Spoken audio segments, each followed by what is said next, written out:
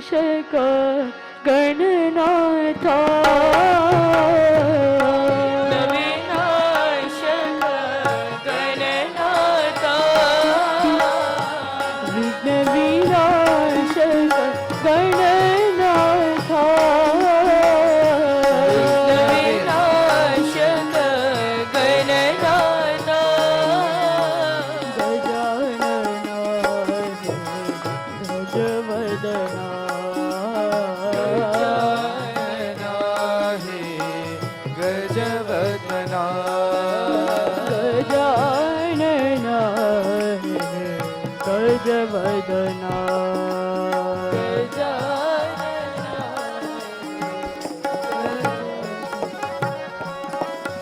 गणनाथा गणनाथा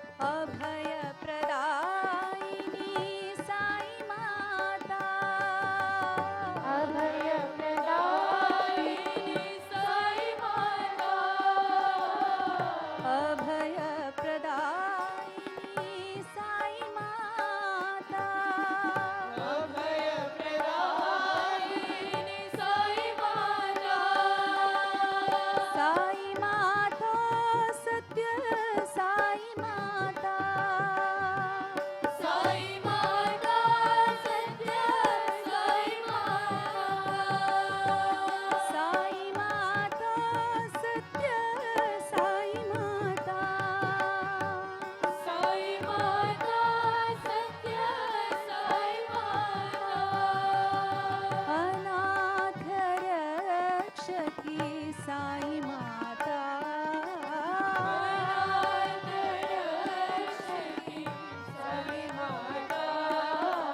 अनाथ रक्षकी साई माता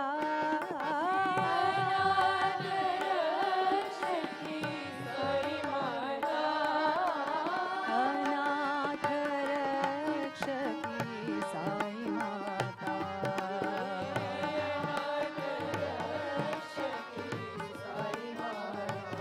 हे अनाथ रक्षकी साई माता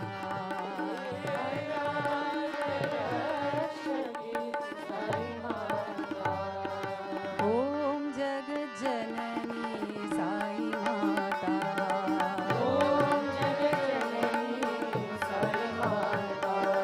ओंकार रूपिणी साई माता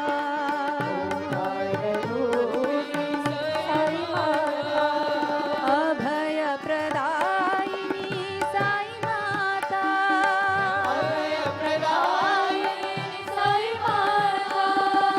साई माता सत्य साई माता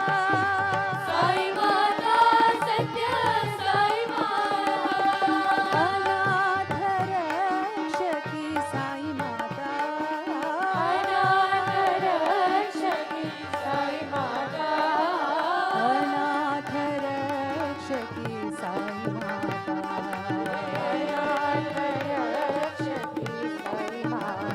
हे अनाथ रक्षकी साई माता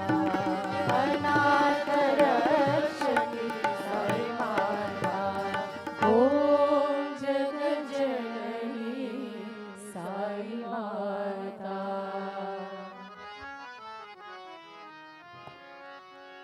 शिव शिव शिव शिव शिवाय नमः शिव शिव शिव शिवाय नमः शिव शिव शिव शिव शिवाय नमः शिव शिव शिव शिवाय नमः ॐ नमः शिवाय शिवाय नमः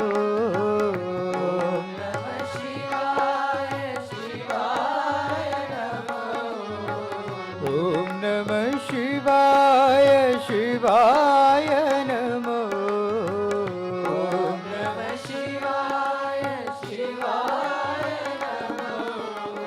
शिव शिव शिव शिव शिवाय नमः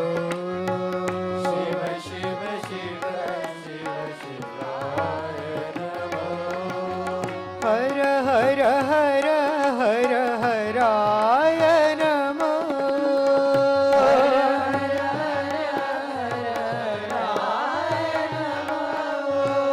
हर हर हर हर हराय नमः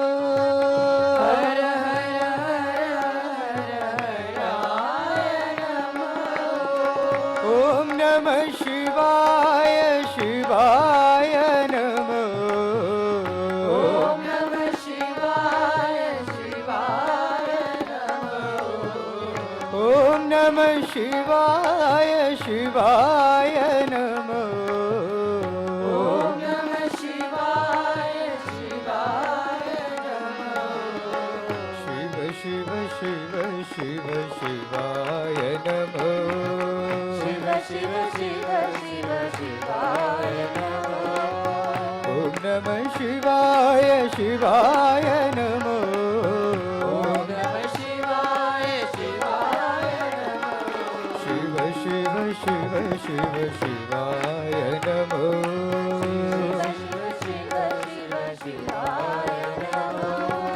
हर हर हर हर हराय नमः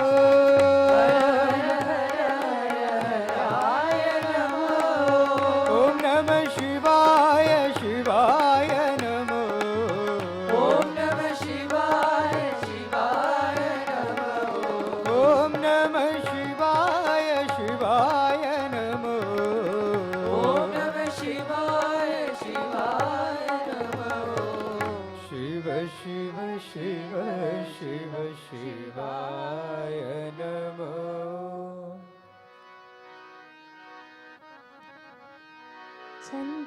चन्द्रकलाधर साम्ब सदा शिव चन्द्रकलाधर साम्ब सदा शिव चन्द्रकलाधर साम्ब सदा शिव चन्द्रकलाधर साम्ब सदा Shiv Shambho Mahadeva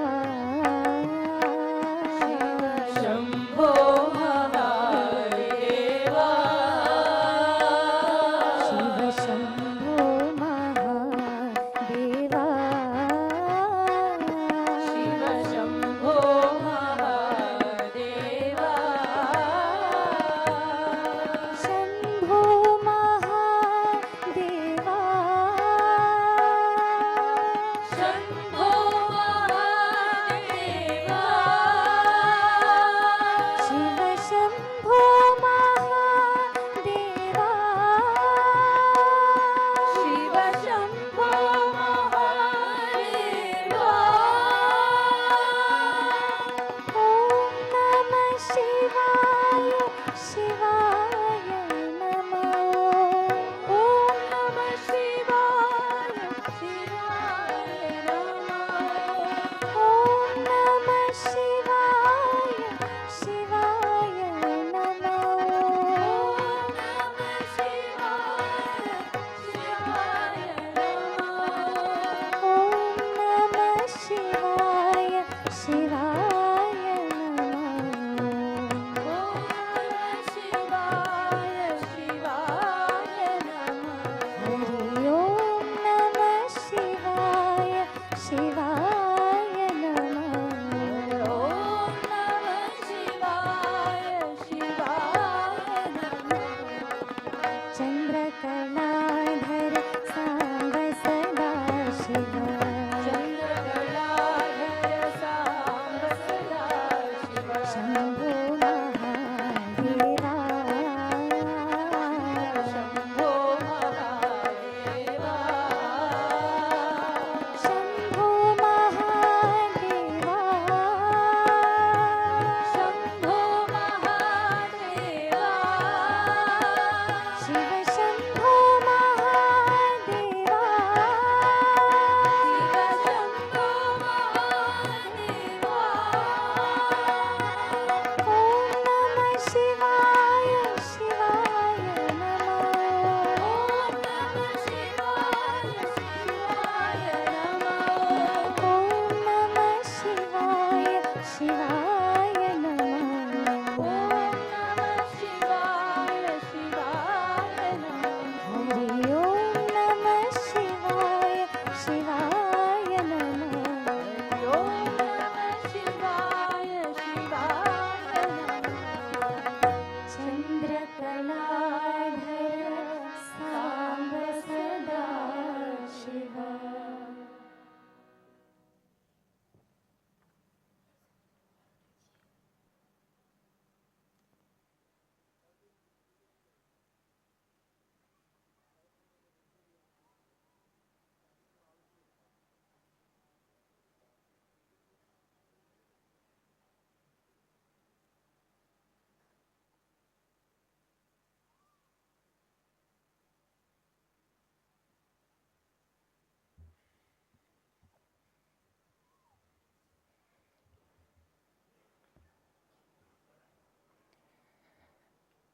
It is said the Vedic hymns hold the key to unlocking the sacred pathway that bridges the physical and that which is beyond the physical.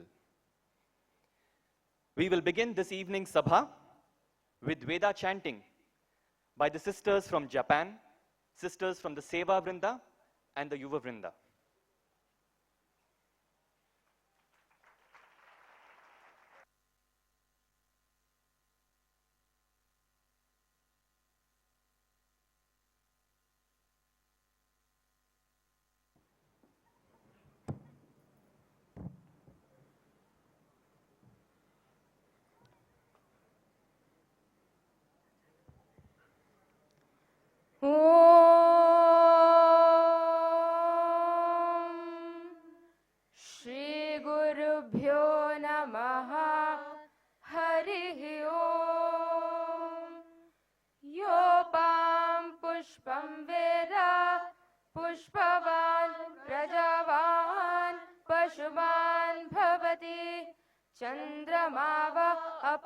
पुष्पं पुष्पवान् प्रजावान् पशुमान् भवति य एवं वेद योपामायतनं वेद आयतनवान् भवति अग्निर्वा अपामायतनम् आयतनवान् भवति योऽग्निरायतनं वेद आयतनवान् भवति आपो वा अग्निरायतनम् आयतनवान् भवति य एवं वेद योपामायतनं वेद आयतनवान् भवति वायुर्वा अपामायतनम् आयतनवान् भवति यो वायोरायतनं वेद आयतनवान् भवति आपो वै वायोरायतनम्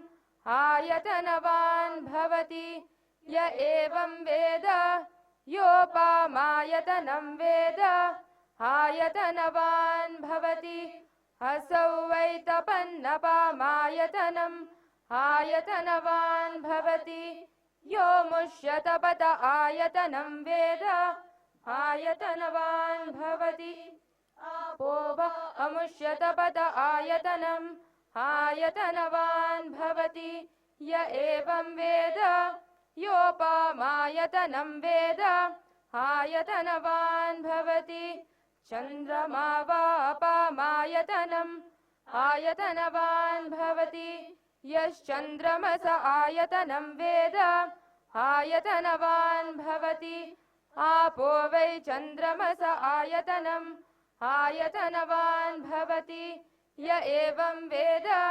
योपामायतनं वेद आयतनवान् भवति नक्षत्राणि वा अपामायतनम् आयतनवान् भवति यो नक्षत्राणामायतनं वेद आयतनवान् भवति आपो वै नक्षत्राणामायतनम् आयतनवान् भवति य एवं वेद योपामायतनं वेद आयतनवान् भवति पर्जन्यो वा अपामायतनम् आयतनवान् भवति यः पर्जन्यस्यायतनं वेद आयतनवान् भवति आपो वै पर्जन्यस्यायतनम् आयतनवान् भवति य एवं वेद योपामायतनं वेद आयतनवान् भवति संवत्सरो वा अपामायतनम् आयतनवान् भवति यः संवत्सरस्यायतनं वेद आयतनवान् भवति आपो वै संवत्सरस्यायतनम् आयतनवान् भवति य एवं वेद योऽप्सु नवं प्रतिष्ठितां वेद प्रत्येव तिष्ठति राजातिराजाय प्रसह्य साहिने नमो वयं वै श्रवणाय कुर्महे समे कामाय मह्यं कामेश्वरो वै श्रवणो ददातु कुबेराय वै श्रवणाय महाराजाय नमः ॐ शान्ति शान्ति शान्तिः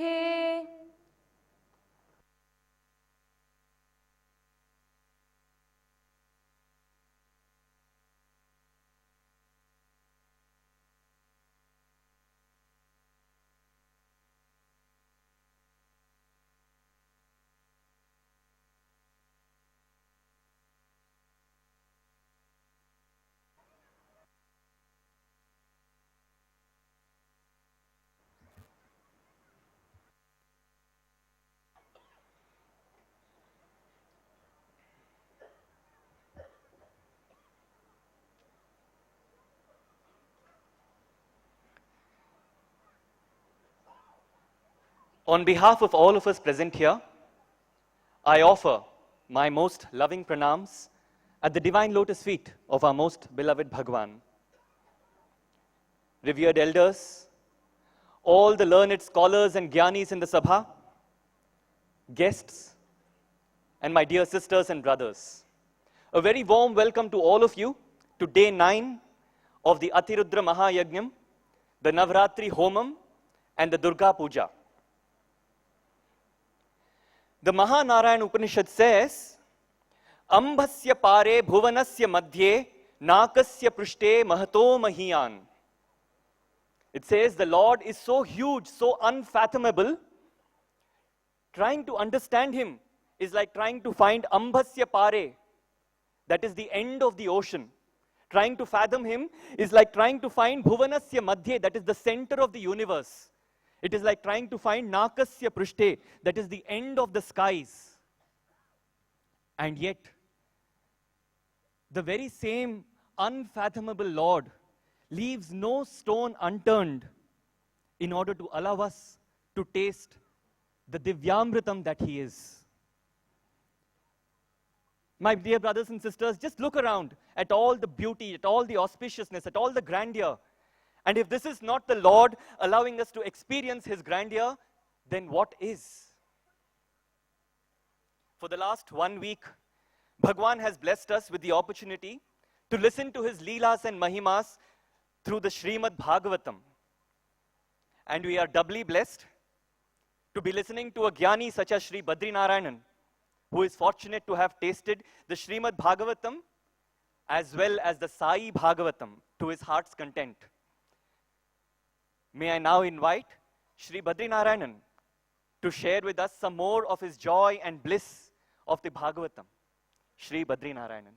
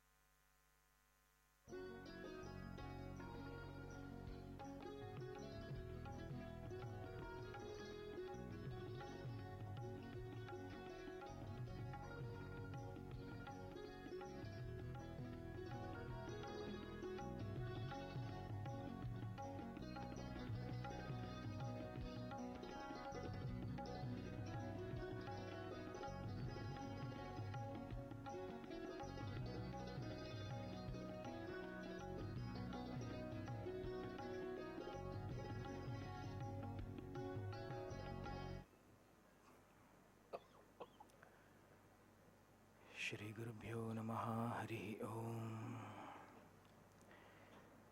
Shri Kanto Matulo Yasya Janani Sarvamangala Janaka Shankaro Devaha Tam Vande Kunjarananam. Ya Devi Stuyate Nityam Vibudhai Vedaparakaihi Sa Me Vasatu Jihvagre Brahmarupa Saraswati. Gurur Brahma, Gurur Vishnu, Gurur Devo Maheshwaraha, Guru Sakshat Parabrahma Tasmai Shri Gurave Namaha. Yo anta pravishya mama vachamimam prasuptam sanjeevayatta kila shaktidhara swadhamna anyam chasta charana shravanatvakadin pranhan namo bhagavate purushaya tubhyam. Prakasha madhyasthita chitswarupam bharabhaye sandatatim trinetram sindura varnanchita komalangi mayamayim tattvamayim namami Krishnaya vasudevaya haraye paramatmane pranata kleshanashaya Shri Govindaya namo namaha Krishnaya vasudevaya devaki nandanaya cha nandagopakumaraya Govindaya namo namaha Namo Brahmanya Devaya Go Brahmanahitaya Cha Jagadhitaya Krishnaya Shri Govindaya Namo Namaha. Yasya Smaranamatreena Dvaitavasana Pramuchyate बोधात्मकाय नमस्तस्मै भगवते श्रीरमणमहर्षे हृदाकाशे सदा भान्तं शान्तम् आनन्दरूपिणं ज्ञानभानुम् अहं वन्दे सद्गुरुं Shri सत्यसायिनम्।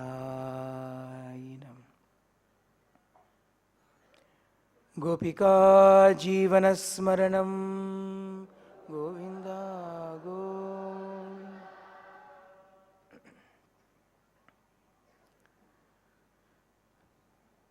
Bhagavan Shri Krishna in Vrindavan was fulfilling various responsibilities, blessing his devotees, fulfilling their spiritual desires and continuing his many leelas. And in the midst of it all, he had not forgotten his promise to the Gopikas. Yesterday, we saw how Bhagavan had given them a promise. He said he will call them, that they had to wait for that call. And although he was busy with so many things, he still remembered his promise. And one night, it had almost become several months. In December or January, Bhagavan gave them the promise. It was August or September when he could redeem it. Bhagavan apitaratri sharadutpulla mallika viksharantum manaschakre yoga mayam upashritaha. Bhagavan api. Shri Shuka starts the Rasa Panchadhyayi, the 5 chapters on the blissful rasa. Rasa is rasa. Rasa means the essence. Bhagavan himself is the Swarupa of essence. Raso vai saha, says the Upanishad. He himself is essence. Essence means delight, happiness, ananda, prema. That is what is meant by essence here. Bhagavan himself is that essence. That Bhagavan chose those autumnal nights to go into the forest of Vrindavan. There is nothing that he wants. There is nothing that he needs. Having created this entire world, Bhagavan could not possibly have any desires. But still, he seems to hunger after prema, after love. And it was this love that the Gopikas had in abundance, and Bhagavan wanted to taste that love of theirs. There is a difference between bhakti and prema. Bhakti and prema appear to be the same thing, but there is a small difference in that. In bhakti, there is an element of adoration and worship intermingled in bhakti. Bhakti is the recognition of that unique relationship that exists between the devotee and the divine, the individual and the universal. It has its base in the individual and the end in the divine. It starts with the individual and ends with the divine. But prema, on the other hand, parabhakti it is called, that which transcends everything. It goes beyond all of that. In prema, the individual is completely effaced. There is no trace of the individuality left. It begins in him and ends in him. Nothing is left of oneself in this state. And in that state of oneness, where there is no devotee and Bhagavan, where everything is one and the same, any concept of individuality is reduced to a mere shadowy existence, if that. That is called Parama Prema. That was the state of the Gopikas. Swami often says, Vedukutunnanu, Vedukutunnanu, Nija Bhaktula Kosaram Vedukutunnanu. I'm searching for a devotee. I'm searching for a true devotee. Many times I have had an opportunity to say this, and I'm sure Bhagavan has heard me say this. Bhagavan, unfortunately, you will have to keep looking. You will never find a true devotee, because the minute the person attains true devotion, he is not. It is almost as though a devotee is coming up and Bhagavan will be watching him. Yes, this fellow has got the potential for true devotion. I will wait and watch. And as his bhakti matures and matures and matures and reaches that perfection, that fullness, there the devotee is completely lost and merged and becomes one with Bhagavan. Therefore Bhagavan said, where did this fellow go? Oh, he has become me. Now I have to start the search again. Therefore it is not possible for Bhagavan to find a true devotee. The true devotee of Bhagavan is he himself. Just as the river, as it comes closer and closer and closer to the ocean and ultimately merges into the ocean, then where is the river after that? In the same manner, in Parabhakti, in that pure selfless bhakti, there cannot be any trace of individuality left. That individual, like a salt melting or dissolving in the water, will become one with Bhagavan. This was the state of the Gopikas. They were busy, engaged in all kinds of activities, daily household chores and so on, but their hearts, minds were always on Krishna. All they did constantly was Krishna Namasmarana. There was nothing else that was important to them, no matter what activity that they were doing. This is the very great beauty of Namasmarana or Bhagavat Smarana.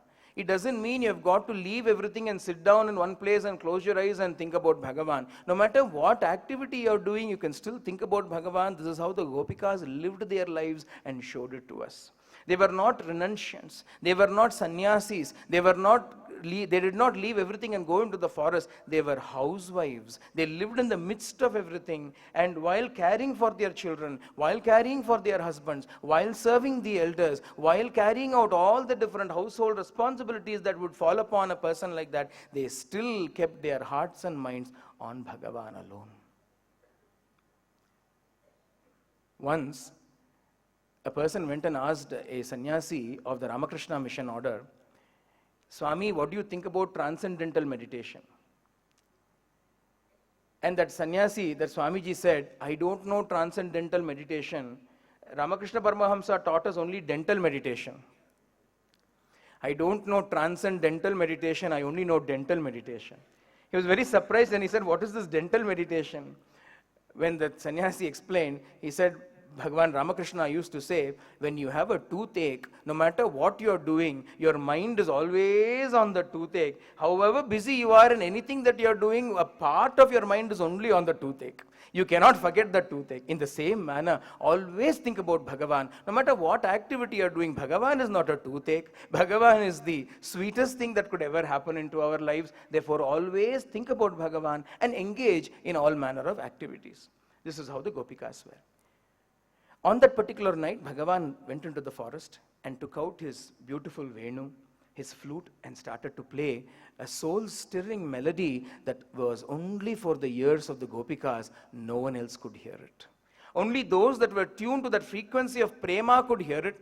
All the others were going about their daily tasks. Nobody could hear anything. But the Gopikas alone, whatever it is that they were doing, they could hear this beautiful strains of melody. Abandoning the task that they were busy doing, they hurried to him, answering his call. Some were milking cows. Leaving aside the pail of milk, they rushed to him. Some were boiling milk on the stove or cooking food for the family. Leaving those still on the fire, they rushed to him. Some of the girls who had been waiting since the previous year for this call had already gotten married by now. But some even had infant children. However, when Krishna's call came, even if they were feeding their babies, they simply put the children aside and went to him. Those that were serving their husbands left that chore halfway through and sought him. Some people were washing themselves, some people were dressing themselves, but on hearing the flute, even if their clothes were all in disarray, they did not have any consciousness of their body. They simply followed the melody of the flute and went into the forest. Seeing them walk as though in a trance, some of the families tried to restrain them. Those that were restrained in this manner, then and there merged their heart and soul into Bhagavan and stood there in a state of absolute deep samadhi sthiti. And in pining to be with him, all their lokavasanas were simply burnt away in the viraha tapa. Indeed, the pangs of separation that they encountered for Krishna was equal to a tapasya of a rishi.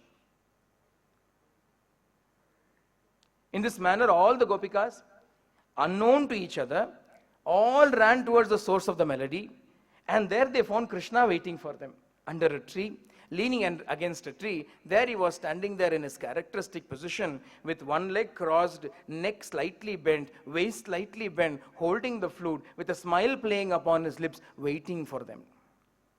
And as soon as they all arrived in one body, he accosted them very beautifully, very sweetly. Swagatam vo mahabhagaha priyam kim karavani vaha vrajasya anamayam kaschit bhruta agamanakaranam. Swagatam, welcome, O most fortunate ladies, welcome. Welcome to this forest. What brings you here? Is some danger threatening Vraja perhaps, that all of you have rushed together here in one body? Why have you come here? On hearing Krishna accost them in this manner, one moment he says, Swagatam, welcome. And the next instant he says, why have you all come here? They were all thrown into confusion. Had he not called them? Did he not promise? Was that melodious song not an invitation for them? No one else in Vrindavan could hear it except them. That's why they had all arrived there. Even as they were looking at him in bewilderment, he went on, Rajaniyesha Ghora Rupa Ghora Satvani Shevita Pratiyata Vrajam Na Ihasteyam Stribihi Sumadhyamaha. Rajaniyesha Ghora Rupa. This night is very frightening. Ghora Rupa.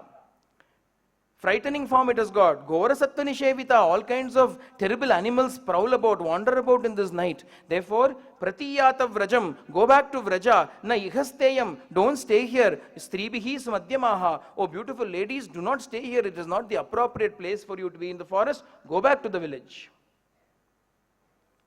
The beauty about this particular verse is, it can be slightly, if you change the way it is read, Rajaniyesha aghora rupa aghora sattvani shevita pratiyata vrajam na ihasteyam stribihi sumadhyamaha. The words the same thing can be read in a different way. What it means is, look at this night, how pleasing it is, and very friendly creatures wander around like the deer and the rabbits are prowling and prancing around. Don't go back to the Vraja, stay here itself. Oh ladies, stay here itself. Both the meanings can come out of this one verse. And Bhagavan, who is the past master of Vak, used it so beautifully to confuse these ladies. And they did not know what to do. What is he saying? Is he asking us to stay, or is he asking us to go back? He looked at them and said, your families must be looking for you. It is not right that you should abandon everybody and come here. What is it that you're all doing here? And seeing their confusion, he laughed and said, well, anyway, since you have come, I will show you around. Come. And so he took them around and showed them the beauties of the forest by night. He showed them the pale blooming flowers of the night, making the air rich with their fragrance. The cool wind from the Yamuna that was making the entire place enchanting. The moonlight playing tricks of light and shadow with the trees. He showed them all these beautiful sights. Cheer returned to the Gopikas. They felt very happy now. Yes, Bhagavan has called us. Bhagavan wants to be with us. And just as he showed everything and came back, he said, good. Now you have seen everything. Now you must return home. Now go back to your houses. You cannot stay here anymore. Husbands and children are waiting for you. Go. Husbands and children are waiting for you. Go. As soon as he said it, the smiles from the married women were wiped out of their faces. They said, oh, our husbands and children are waiting. He's asking us to go. But the unmarried ones were very happy. Oh, we can stay. The next instant, Krishna said, and all of you also have got so much work at home. Elders are there to be served. Who do you expect will do all the work? Will your parents do it? All of you go back now. If you will wander around in the forest, who is going to do your tasks? In this way, teasing them, entertaining them, indulging them, Bhagavan was compelling them to return and making them stay there. They did not know what to do. Biting their lips, they just stood there in confusion and fear. Seeing them in this plight, Bhagavan said, look, it is true that you all come here due to the love that you have for me. There is nothing unnatural in that. All beings love me because I am the embodiment of love. I am Premaswarupa. Therefore, it is inevitable that everybody loves me. Even the animals of the forest love me. In the same way, you have also come. But that is good. However, apart from this love and emotion, there is also dharma to be considered. It is the dharma of the woman to go home and serve the people of the household. It is not right for you to leave everything and come here. By not serving your husband diligently, but not doing your dharma properly, you run the risk of endangering your next life, even moksha. And besides, what will the world speak about a woman who wanders around in the forest with a strange boy?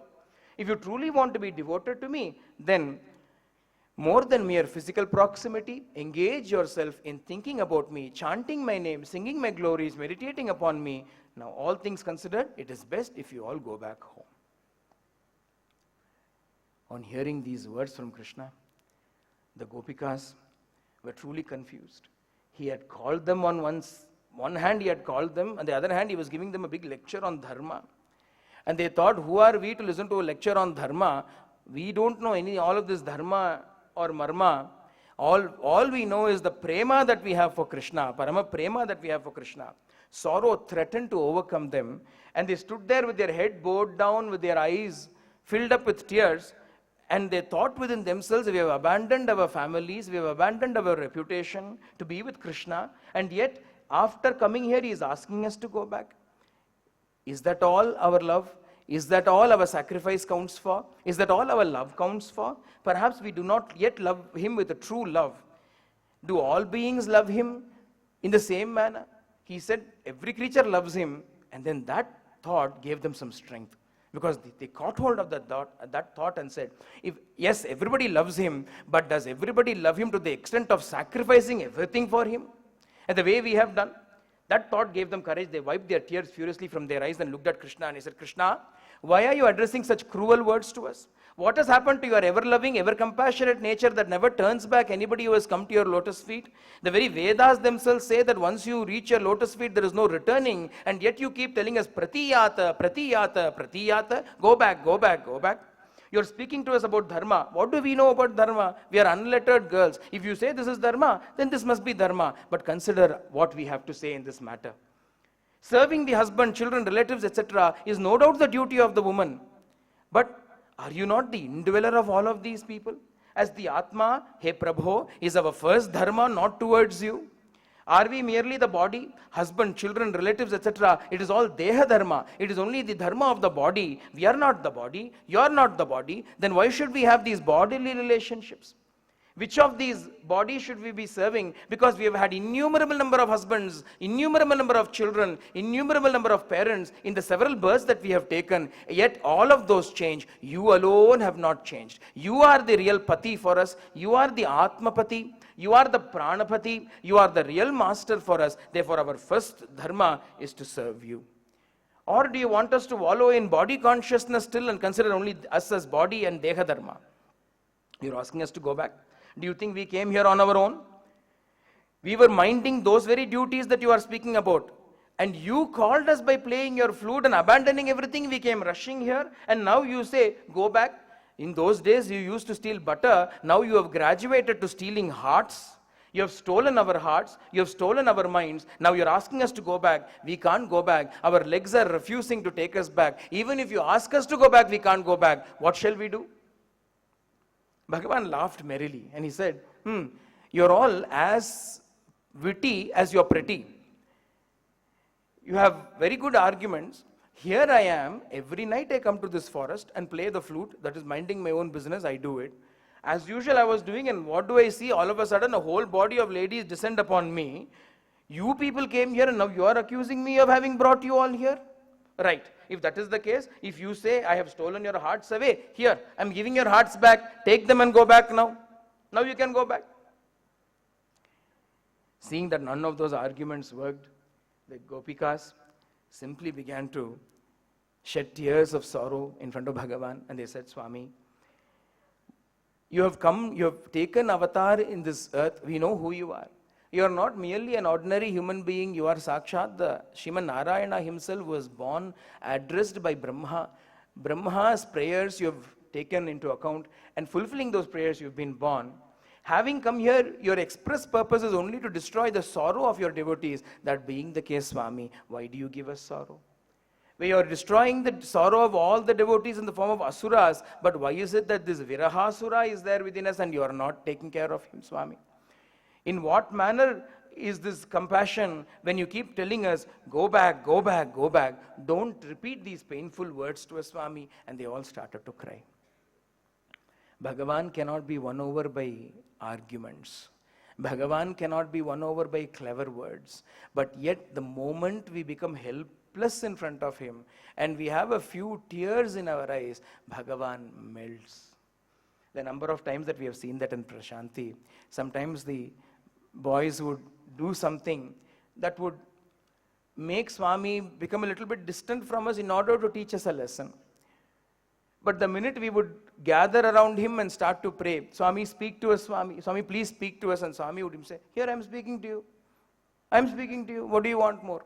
No, no, Swami, please speak to us, Swami. This was our only refrain, and we will keep on saying it until we started to cry. And the moment he saw those tears in our eyes, Bhagavan would melt and everything would be back to normal again.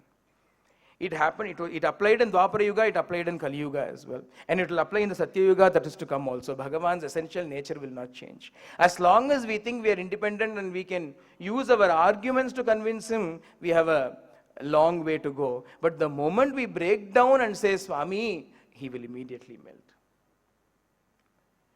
Smiling sweetly at the Gopikas, Bhagavan decided to grant their prayers. The next instant, next to each Gopika, there was a Krishna. There was a Krishna next to every Gopika. Looking into his eyes, the Gopikas lost all trace of body consciousness, and the dance that took place, the sport that they engaged in, is not possible to describe by anyone in words. It is not possible for anybody to describe it. And I am certainly not going to attempt it. But what happens in the state of Samadhi is what is called the Rasa Leela.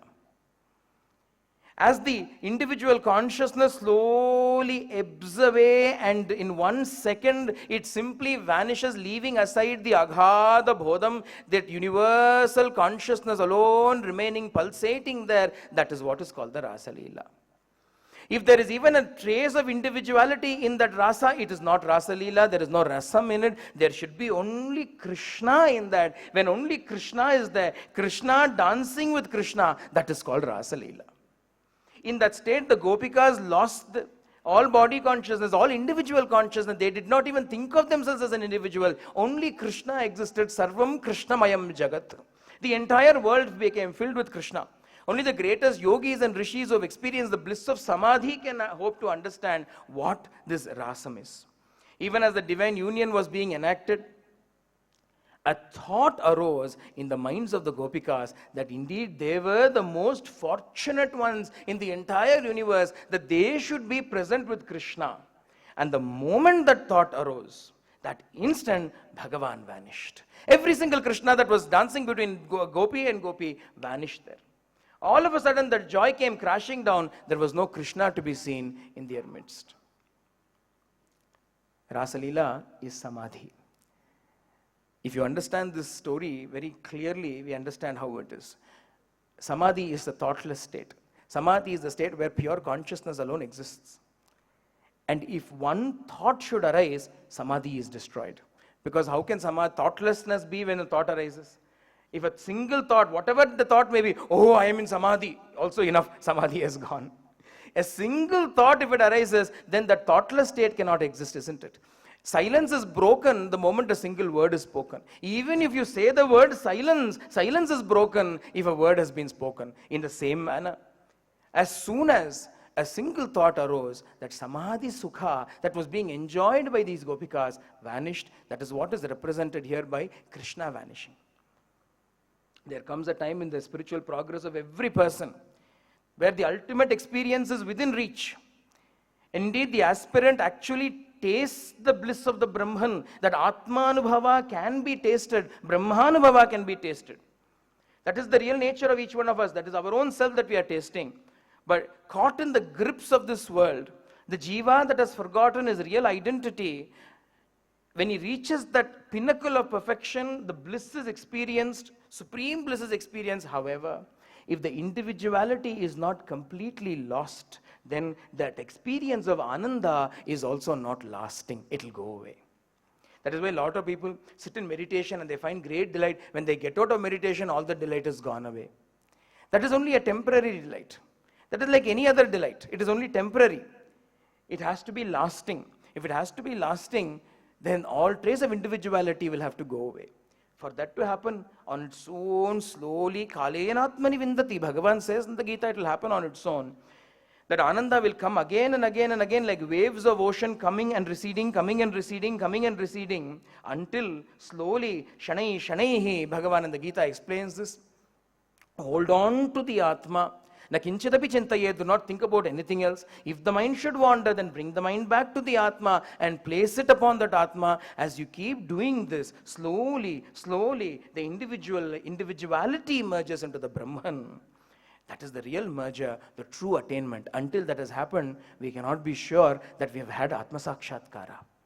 We may have had a glimpse of the Atma, but not Atma Sakshatkara, because it will come and it will go. What we are looking for is not that which comes and goes, but that which is always present.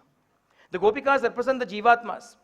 And their single-minded devotion to Krishna, they stand for all the spiritual aspirants who have given up everything in the quest for the Brahman. Patisutanvaya bhratrabhandhavan ativilangyate anti achyuta agata. They are going to sing in the Gopika Geetam soon. Having given up everything, we have come to you, O Krishna, they said. And yet, when the experience of Brahmanabhava was within their grasp, they were not yet ready, and it slipped through their fingers, and they attained the state of what is called Yoga Brashta. It is not that the Gopikas were like that. Bhagavan used the Gopikas to expound the supreme truth.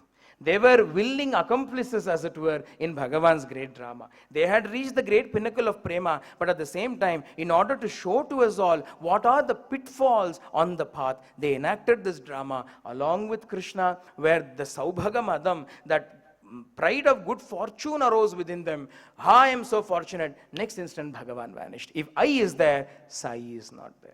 Swami told us that once. He said, I means no Sai. Sai means no I. The more Sai is there, the less I is there. And that is the same here with Krishna. As long as it was only Krishna, the Gopikas were not there. Krishna was there. The moment they thought of themselves came into existence, they were there, Krishna vanished.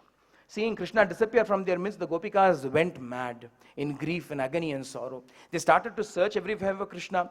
Forgetting that he was the omnipresent one, they began to think he was hiding from them, and they started to search behind every tree and every bush. Hey Krishna, where have you gone? Why have you left us behind? Oh Lord, you were dancing with us and giving us so much ananda. Now where have you gone, Swami? Why? What has caused you to vanish, leaving us weltering in this grief and sorrow? Krishna, what have we done that you should abandon us in this manner? What is our mistake? How would we know what our mistake is if you do not come and tell us? Swami, please come and tell us what our mistake is. If you don't come, how do we know what has gone wrong?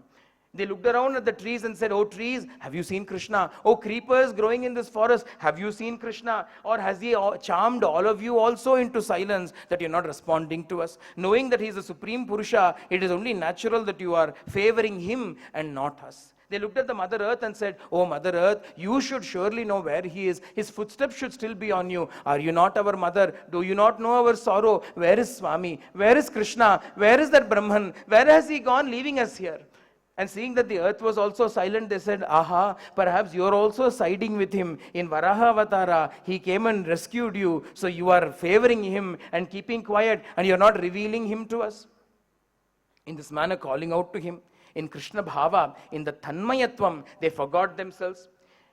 They started to imagine that they themselves were Krishna, because how else to assuage the grief of not having Krishna? Krishna is necessary. Krishna is necessary for them in their lives. If Krishna is not there, who can fill that gap that Krishna has left behind? The only Krishna can fill the gap. And therefore the Gopikas decided, if Krishna is not there, then we will ourselves become Krishna. We will start enacting Krishna Leela. One Gopika decided to become baby Krishna, and she was crawling. Another Gopika was enacting the Putana Moksha Leela. Another one was holding on to her upper cloth and said, behold, this is the Govardhana. Another one climbed on to another Gopika and said, I am dancing on Kaliya. The only way in which they could assuage the gap left by Krishna was to have Krishna Bhava in themselves. Tanmanaskaha tadalapaha tadvicheshtaha tadatmikaha tadgunaneva gayantyo na atmagarani sasmaruhu. Tanmanaskaha, they filled themselves with him. Their entire mind was filled only with Krishna. Tadalapaha, they were only calling out, hey Krishna, hey Gopala, hey Govinda, Hare, Murare, Madhusudana, Krishna. They were calling out to him in this manner.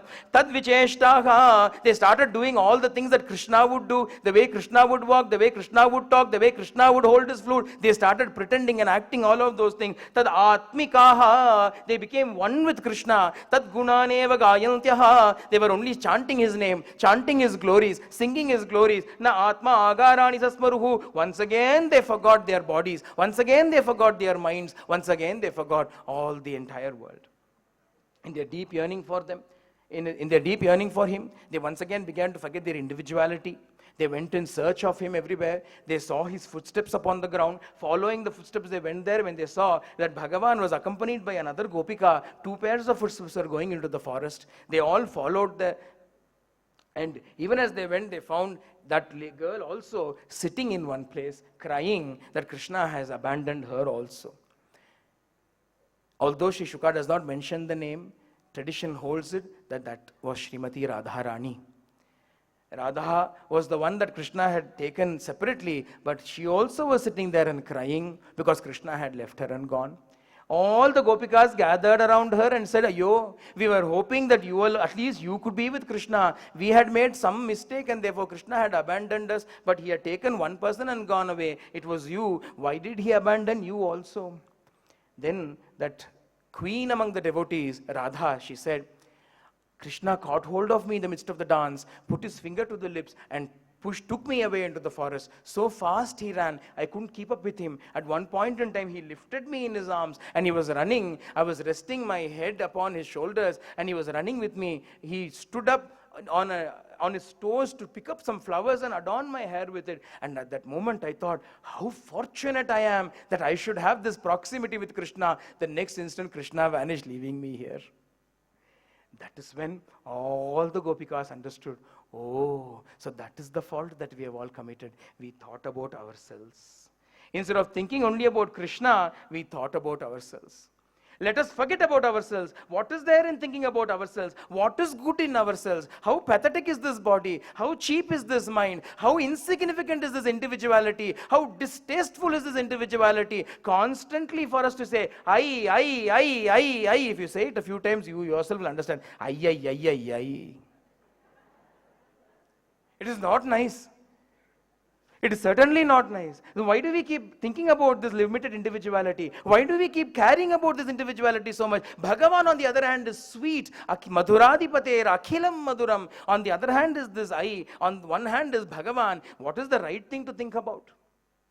Therefore, all the Gopikas decided, enough about ourselves. Let us dedicate our thought, word and deed only to Krishna. And they started to sing his glories. Jayati te dikam Krishna janmana vraja Shrayata indira Krishna shashvadatrahi Daita drishyatam Krishna dikshutavaka Tvaidrita sava Krishna Tvam vichilvate. Hey Krishna, why have you abandoned us in this manner?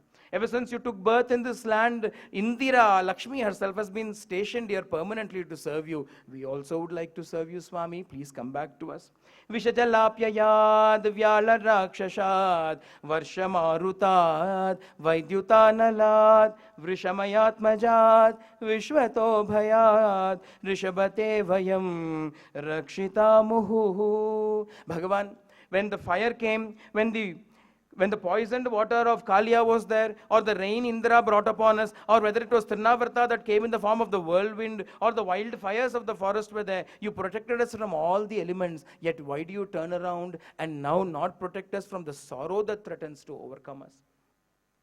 न खलु गोपिका नंदनो भवान अखिल देहि नाम अंतरात्म दृक् विकसनार्तितो विश्वगुप्तये सकउदेयिवान सात्वताम कुले. Bhagavan, hey Krishna, do you think we are considering you to only be a boy? Do we think you are only a human being? No. We know who you are. You are not merely Yashoda's son, a Gopika's son. On the other hand, Akila Dehinam Antratmadrika. You are the eternal witness, the seer that is seated in the hearts of all beings, watching everything. It is only by the prayers of Brahma that you have been born in the form of a human being. It is not that we are ignorant of this truth, Swami. Come back to us. In this manner, they started to pray to Bhagavan in several choice shlokas of the Gopika Geetam. Tava katamritam tapta jeevanam kavibiriditam kalmashapaham shravana mangalam shrimadatatam bhuvi ye burida janaha. Hey Krishna, tava katamritam tapta jeevanam. Your katamrita, the nectar of your stories, is the only thing that can bring relief to us in this world as we are suffering in this world. Kavibiriditam, even the great poets sing about it. It destroys all sorrow. Shravana mangalam, it brings great auspiciousness to those who listen to your stories.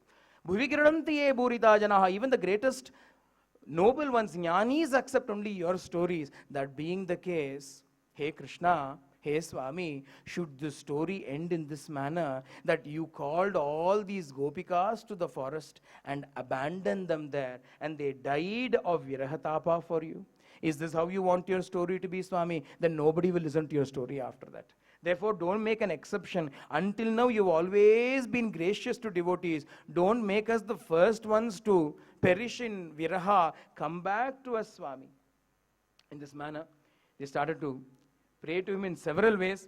Prahasitam priya prema vikshanam viharanam chate dhyana mangalam rahasi samvido yahridi sprashaha kuhakano mana kshobayantihi. This particular verse I really like very much. Prahasitam priya prema vikshanam. The Gopikas are saying, as you used to go out in the morning, we couldn't come out. We used to stay in the houses and look through the windows. Knowing that we were looking, you would cast a corner glance at us, a special glance at us.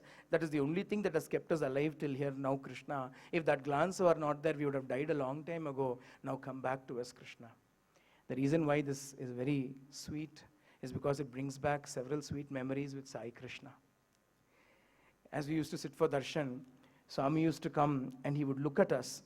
That looking at us was one thing, but when he would move along, sometimes he would turn back and look at us. That look was the most special look. When he looked at us, it was naturally, since we are sitting here and your eyes are also there. It is not that so, because Bhagavan can skillfully avoid us if he wants to.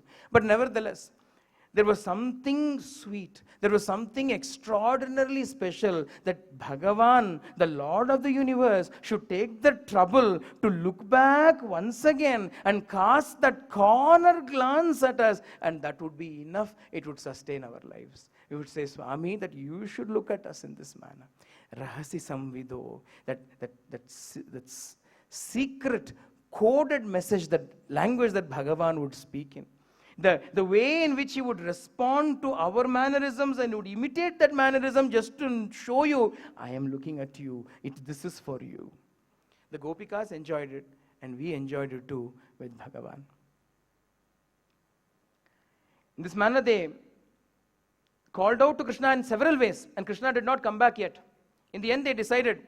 They all thought about it and they said, Bhagavan, we've been still being selfish only. We have still been calling out to you to come back to us, come back to us, come back to us. Alas, even now we have not learned to let go of our selfishness. And in the end, they all decided. And they said, Yatte sujata charanam burugham staneshu beetashanai priyadadi mahi karkareshu tenatavi matasi tadvyatatena kim svit kurpadibihi brahmatidir bhavadayushamna. Hey Krishna, if you don't want to come to us, don't come to us. If it does not give you ananda to come to us, then don't come to us. But Bhagavane, in order to avoid us, you are running everywhere in this forest. Barefoot you are running in this forest. In this dark night you are running in this forest. How many thorns may be there? How many sharp stones may be there? Alas, those stones may be pricking your feet. Those thorns may be hurting your feet. We cannot bear the thought that for our sake you have to put up with this sorrow, put up with this pain. Therefore let us perish if we must perish. Let us die in sorrow if we must die in sorrow. Bhagavan, don't run anymore. Stay wherever you are. We will not come in search of you anymore. We will not trouble you anymore. And understanding this, they sat there itself. Iti gopyaka pragayantyaha pralapantyaha chitrada rurudugu suswaram rajalne Krishna darshana lalasa. Iti gopya pragayantyaha. Thus the gopis sang. When you're sad, you can sing a sorrowful song. Some Shivaranjani raga you will take and sing a sorrowful song to express the sorrow, the pathos in your heart. When that sorrow becomes a little bit more, then after that you can't sing. All you can do is pralapantyaha. You can just call out Krishna, Hare Krishna, Govinda. And when your sorrow becomes even more, and when you're even more overwhelmed with devotion, even calling out to him is not possible. All you can do is simply sit and sob your hearts out to Bhagavan.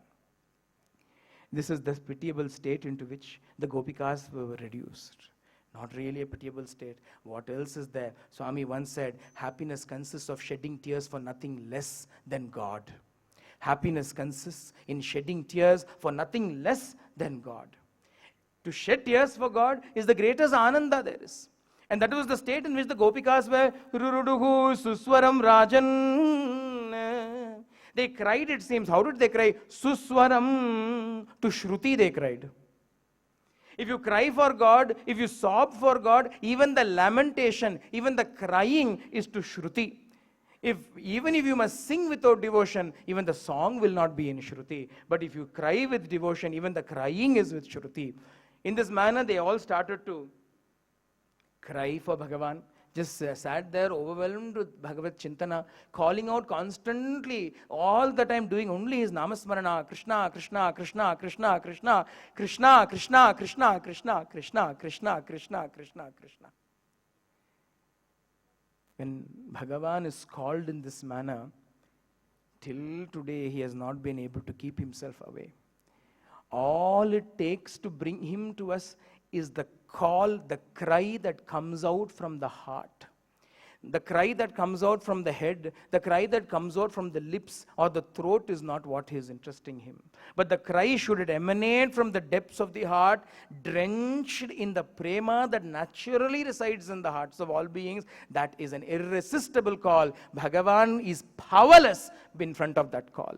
That is the power of the name of Bhagavan. Should it come drenched with bhakti, should it come drenched with prema, it renders Bhagavan powerless. And therefore when the gopis sat in this manner and called out to him, Tasama virabuchauri smayamaya namukambujaha Pitambara darasragvi sakshan manmata malmataha.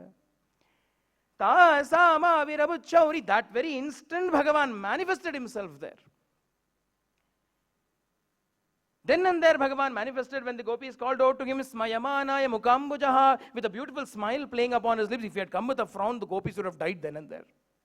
Therefore Bhagavan came, manifested himself with a beautiful smile upon his face. Pitambara darasragvi, clad in his yellow silks, wearing a beautiful garland made up of wildflowers. Bhagavan came there. How did he look? Sakshan manmata manmataha. Manmata is the god of love.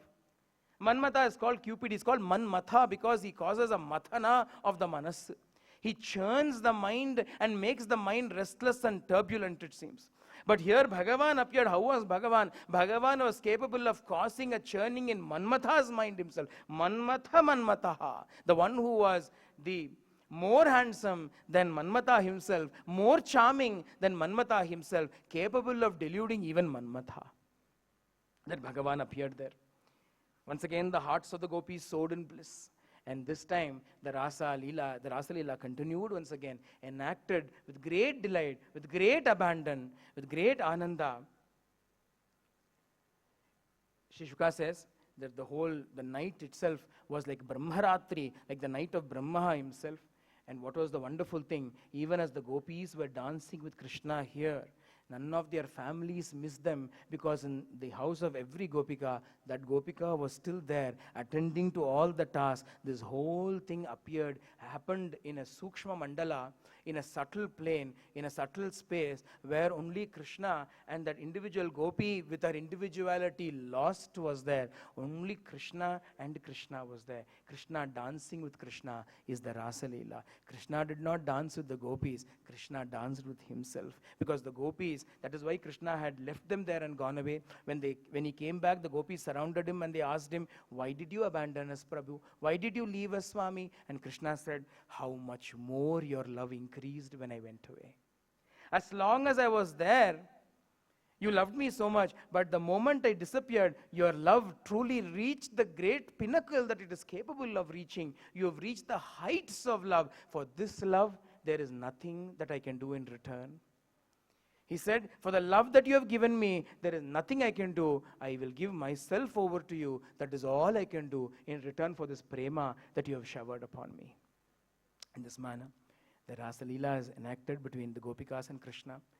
This is not something that happened only then. This is happening every now and then in the heart of that person that can abandon all individuality and simply merge their being in that supreme Atma, which is the Paramatma, which is residing in their own hearts. Because Bhagavan later in the Gita is going to tell Arjuna, when Arjuna is going to ask him, Krishna, you describe yourself in so many ways. In what manner should I worship you? And Bhagavan tells him, Aham Atma Gudakesha Sarvabhuta Shayastitaha Aham Adischa Madhyamcha Bhutanam Antamevacha. Hey Arjuna, the form in which I love to be adored the most is as the Atma seated in the hearts of all beings. In your own heart, I am seated as the Atma. Find me there. Enjoy the Rasa Leela with me in that Hridaya Mandiram. In this manner, Bhagavan gave delight to all people, but at the same time was aware that his next step in his mission must also take place. Bhagavan sent Narada once again to Kamsa, and Kamsa was this time apprised by Narada of the exact place where Bhagavan is. He said that the original child of Devaki is residing in or growing up in Vrindavan.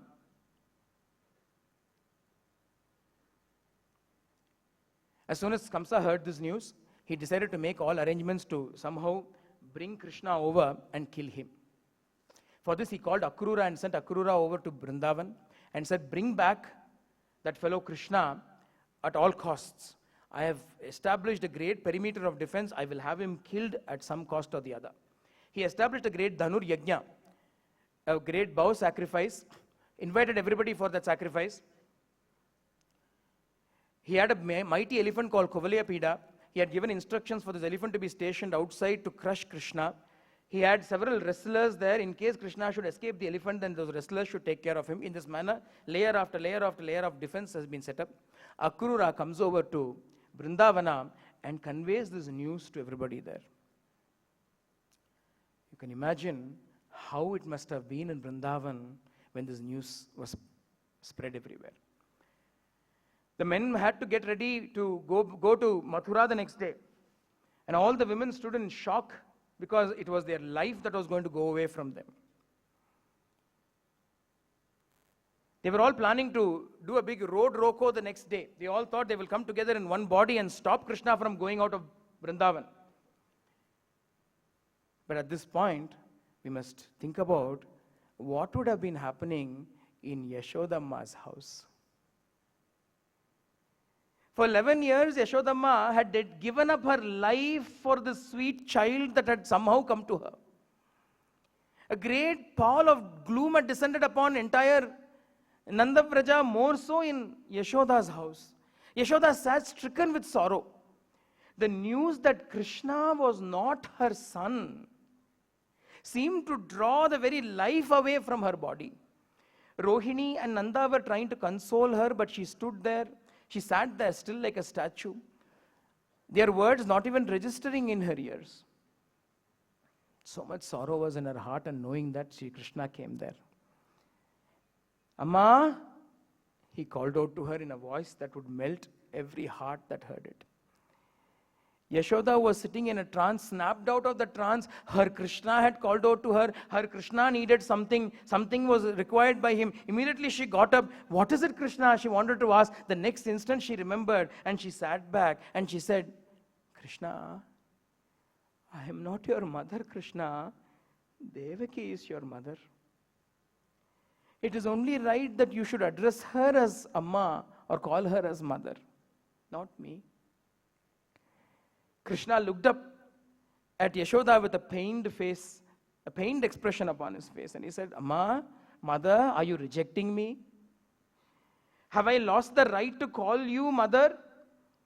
Alas, What sin have I committed that I should hear these words from your lips? Can the love that you have showered over me for all these years be false? You alone are my mother. You alone have been the mother that I have known all these years. Uncle Akrura has come now and he tells me that you are no longer my mother. Can that simply erase away the years that I have had with you? Are you not my mother? Yashoda burst into tears on hearing these words of Krishna. She hugged him tightly and he said, my darling, my Krishna, how can I live without you? How am I going to live without you? How can I live without listening to you calling out to me, Amma, Amma, Amma? I felt as though my entire life was redeemed when I saw you, when you called out to me. Krishna, my dearest, how am I going to carry on my life from now on? Krishna embraced his mother and clambered onto her lap. And he said, Amma, it is the order of the king. Besides, think for a while. The sorrow that you are suffering now has been the daily lot of Devaki Amma all these years. Have you not always taught me to serve the parents? Having one set of parents languish in the jail there, how can I be happy? Besides, if I don't go now, who knows, Kamsa may even kill them. And he may even send an army to destroy all of this Vrindavan. Can I allow that to happen, Amma? Yashoda looked up at Nanda and Rohini in shock. They nodded their heads in affirmation, biting her lips in sorrow. She said to Krishna again, Krishna, I know you must go, my darling. But this is a mother's heart. The mother's heart does not know reason and logic. It knows only love. They say you are Sriman Narayana himself. Not knowing that I may have treated you like a small child, as an ordinary boy. I have scolded you. I have even threatened to beat you. Ayyo, I have tied you up to the mortar with these very hands. Bhagavan, will you forgive my offenses? Even as she folded her hands in front of Krishna, Bhagavan caught hold of those hands. Even he was moved and he said to her, for the rest of the universe I may be Sriman Narayana, but to you I will always remain your Krishna. I will always remain Yashoda Nandana. Even I would not like to change it. The love that you have showered upon me will go with me wherever I go. I have come on a mission and I've got work to do and I have got to go far and wide to do that task that I have taken upon myself, to protect my devotees, to lead them to the path, true path. And it is necessary for me to go away from this place in order to accomplish this mission. But Amma, I cannot go if I don't have your full-hearted permission. You have bound me up with your love. I don't ask that you release me from that bondage. This bondage I want. I enjoy this bondage of love. I only ask that you increase your love to include the entire world in it, so that all others may also get the same ananda that you and these Vrindavana-vasis have been enjoying. Nandagopa, his voice also choking in emotion, said to Krishna, said to Yashoda, Amma, Yashode, our Krishna is destined for great things in life. Do you want him to grow up like a cowherd boy? He can go and become a king. Is that not what you would like? Won't you want him to achieve such a wonderful destiny? Rohini also came up and said in a very trembling voice, she says, sister, you have taken such good care of me while I was here, and I don't know how to thank you for this. It tears my heart to think that Krishna is going to go away from you, but this is all the will of the Lord. Yashoda Amma nodded and she said, Rohini, don't you think I know that? Don't you think I know all this? To know is to one thing, to accept is another. How is it that you are accepting all of this so calmly? Does the thought of being separated from Krishna not pain you also? Yashoda stopped for a while and then understanding came upon her. Oh, you are going away also, aren't you? Balarama is going to go away also, isn't he? You're all going to leave me alone here and go away, aren't you? Rohini nodded hesitantly. A renewed grief threatened to overcome Yashodamma. At this juncture, when I was studying the Bhagavatam, when this juncture came, the sorrow of Yashoda was so powerful that I said to Swami within my heart, I said, Swami, you can't go. You cannot leave Yashodamma. You cannot leave her and go to Mathura. Let Bhagavatam be rewritten. You cannot leave Yashodamma and go. And Swami within my heart smiled and he said, do you think I did not love her as much more than you love her? You are feeling so much. Do you think I would not have felt it? Did I leave her like that and go? Did I abandon her like that and go? Let me show you what I did. And Bhagavan showed me what he did next. Before Yashoda could say a word, Bhagavan was seated on her lap, reached and stroked her cheek. Reached and stroked her cheek and said, Mother, I will never leave you. I will stay with you forever. He declared this to her. Nanda, Akrura, Rohini, even Balarama stared in surprise at Krishna's change of heart, change of plans. He's saying, I will not leave you and go. But a divine rapture took hold of Yashoda. The Krishna that she had always cherished and loved outside had entered into her heart. And that Krishna that resided in her heart, she knew would never leave her.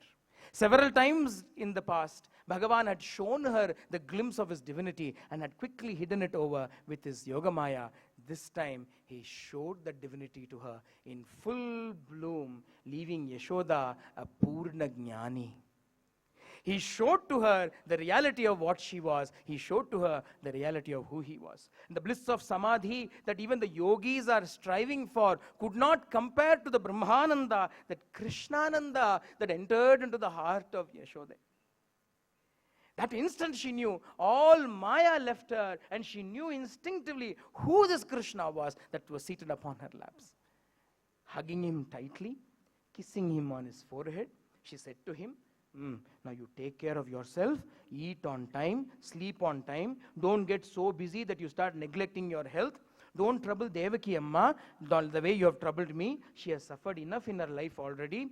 Oh, why am I even giving you all this advice? You are the Jagat Guru, you are the Akhila Guru, you are the teacher of all. What am I giving you advice? Krishna smiled at her sweetly and he said, because you are my Amma, and that is what Amma always does. Yashoda said, I will pack you a nice lunch to eat on the way. You better get to sleep now, already late in the night. You have a long day ahead of you. Rohini, take good care of him, will you?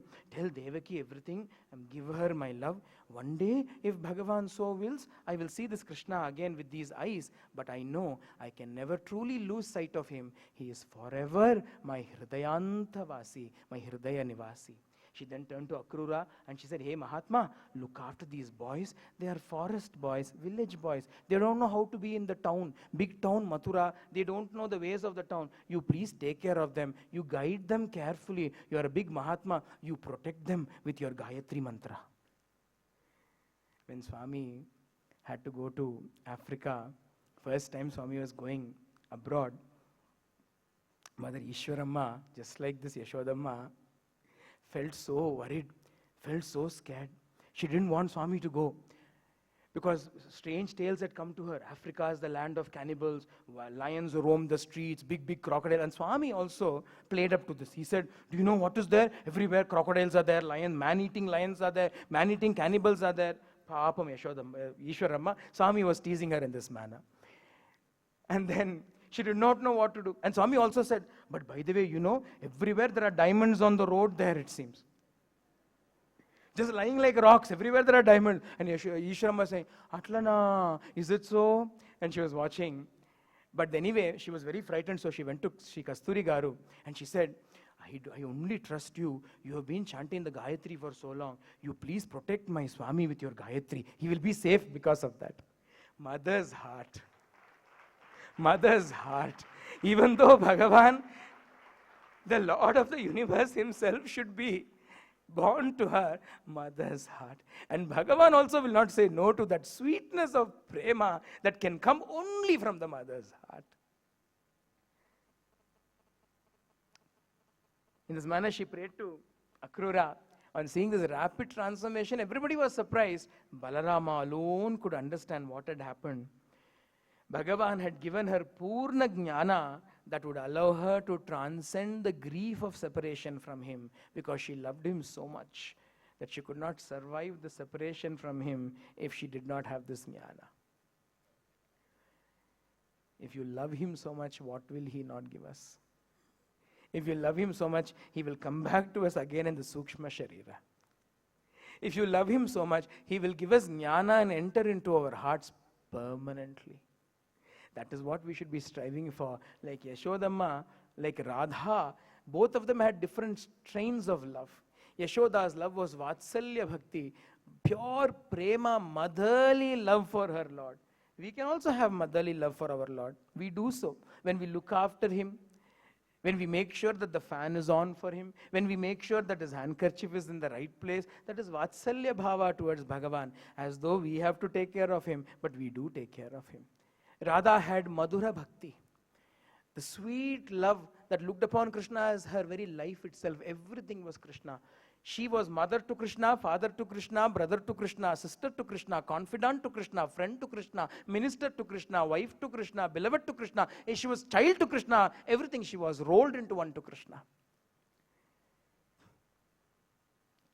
The sweetness of Bhagavan is that we can love him in any which way that we want. And he accepts it all. In each of those ways, themselves can take us right up to the very highest state of Brahmanubhava. We will stop here for today. Tomorrow will be the final day of the Srimad Bhagavatam.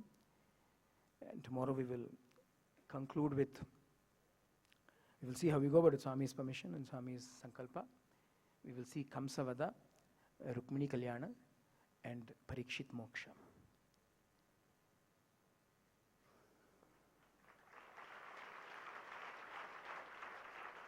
Mangalam Gurudevaya Mangalam Swaswarupine Mangalam Vedavedhyaya Mangalam Jnanadayine Mangalam Prema Rupaya Mangalam Shantidayine Mangalam Pooja Padaya Mangalam Shri Sathya Sayine.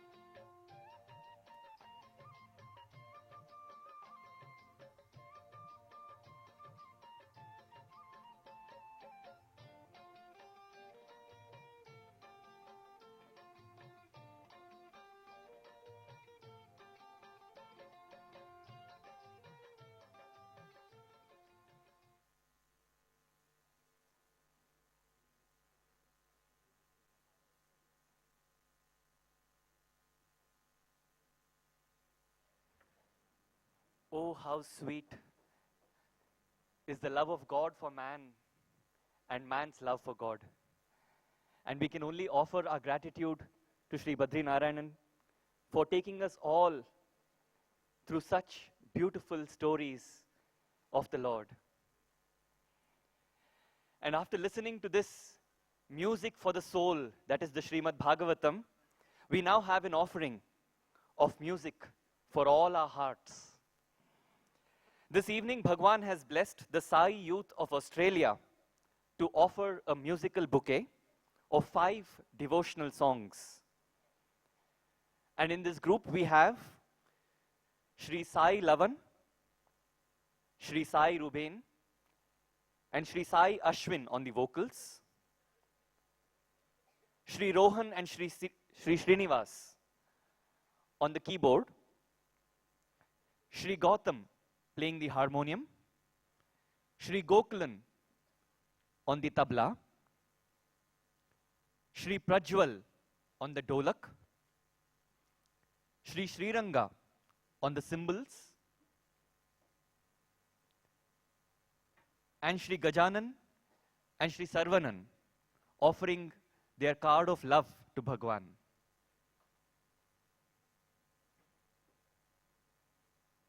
Let us now bask in the beauty of these devotional songs that our brothers from Australia have for all of us.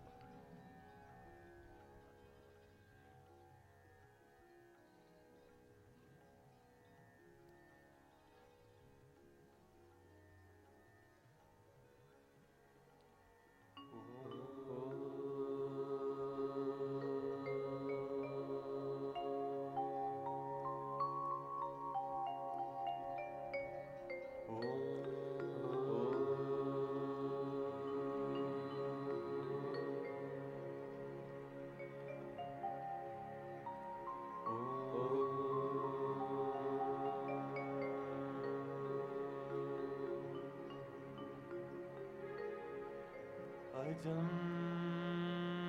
निर्विकल्पं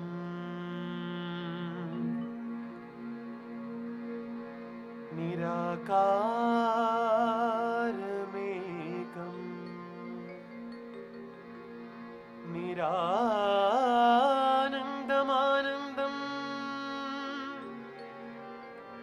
अद्वैतरूपम्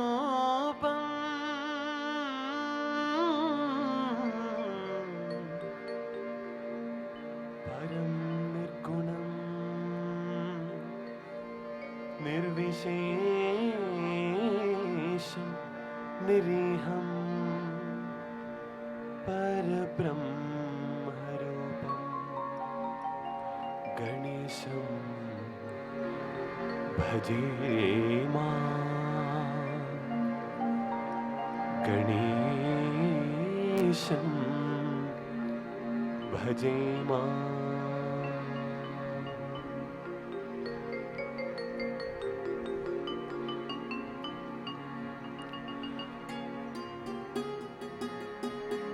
सरससुपावनी शक्ति है तेजोमयी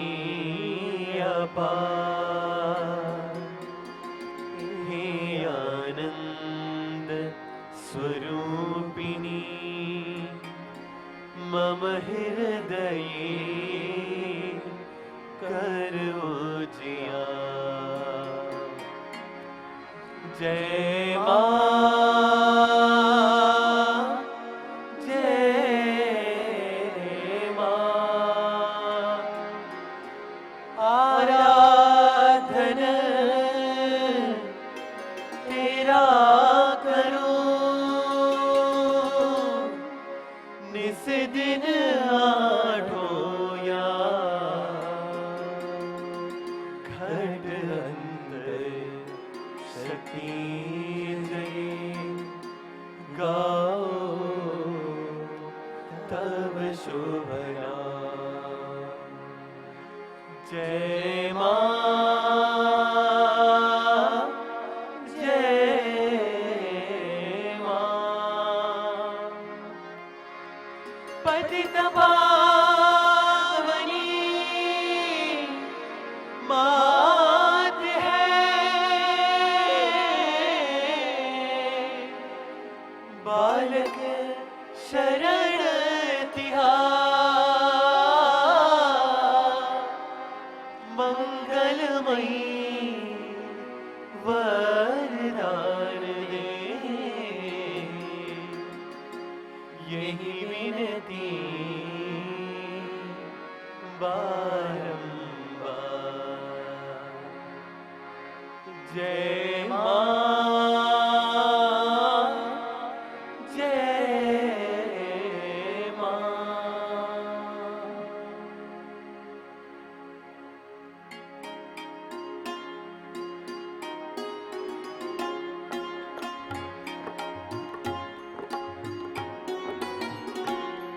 जगदम्बिके जय जय जगजननी मां। जगदम्बिके जय जय जगजननी मां। क्या मन हरना सुहाया है, क्या मन हरना सुहाया है। वारों सब कुछ मां चरणों पर, वारों सब कुछ मां चरणों पर। मेरे मन को ये भाया है। जगदम्बिके जय जय जगजननी मां। जय मां, जय मां, जय मां, जय मां।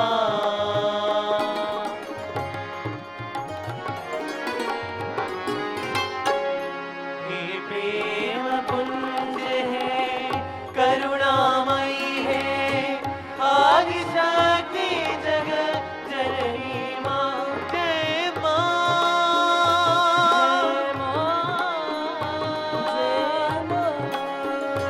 हे प्रेम पुंज है, करुणामयी है, आदि शक्ति जगत जननी मां।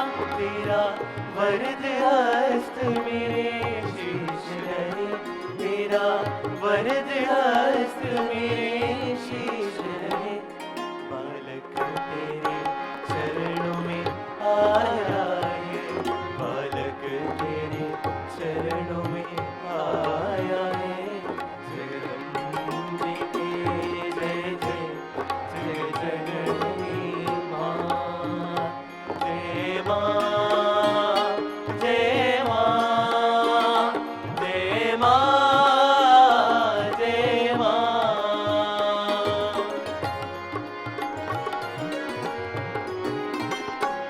श्री राम तू ही, श्री कृष्ण तू ही, दुर्गा काली श्री राधा तू।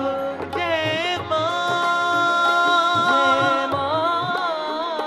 जय मां, श्री राम तू ही, श्री कृष्ण तू ही, दुर्गा काली श्री राधा तू। ब्रह्मा विष्णु शिव शंकर में, ब्रह्मा विष्णु शिव शंकर में,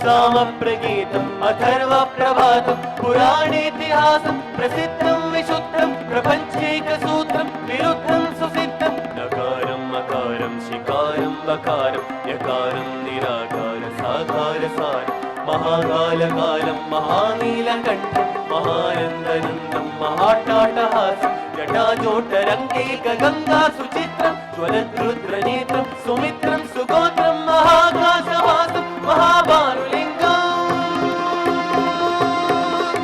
महाभर्तृवर्णं सुवर्णं प्रवर्णम् सौराष्ट्रसुन्दरं सोमनाथेश्वरं श्रीशैलमङ्गलं श्रीमल्लिकार्जुनम् उज्जयिनीपुरमहाकालेश्वरं वैद्यनाथेश्वरं महाभीमेश्वरम् अमरलिङ्गेश्वरं वामलिङ्गेश्वरं काशीविश्वेश्वरं परं कृष्णेश्वरं त्र्यम्बकाधीश्वरं नागलिङ्गेश्वरं श्री केदारलिङ्गेश्वरम् अग्निलिङ्गात्मकं ज्योतिलिङ्गात्मकं वायुलिङ्गात्मकम् आत्मलिङ्गात्मकम् अखिललिङ्गात्मकम् अग्निसोमात्मकम् सोमाय च सौम्याय च भव्याय च भाग्याय च शान्ताय च शौर्याय च योगाय च भोगाय च कालाय च घाताय च रम्याय च गम्याय च ईशाय च श्रीशाय च शर्वाय च सर्वाय च अनादिम् अमेयम् अजेयम् अचिन्त्यम् अमोघम् अपूर्वम् अनन्तम् अखण्डम् अनादिम् अमेयम् अजेयम् अचिन्त्यम् अमोघम् अपूर्वम् अनन्तम् अखण्डम् अरुणाचलक्षेत्रवरपरं ज्योतिम् अरुणाचलक्षेत्रवरपरं ज्योतिम् अरुणाचलक्षेत्रवरपरं ज्योतिम् शिवोऽहं शिवोऽहं शिवोऽहं शिवोऽहम् शिवोऽहं शिवोऽहं शिवोऽहं शिवोऽहं शिवोऽहं शिवोऽहं शिवोऽहं शिवोऽहम्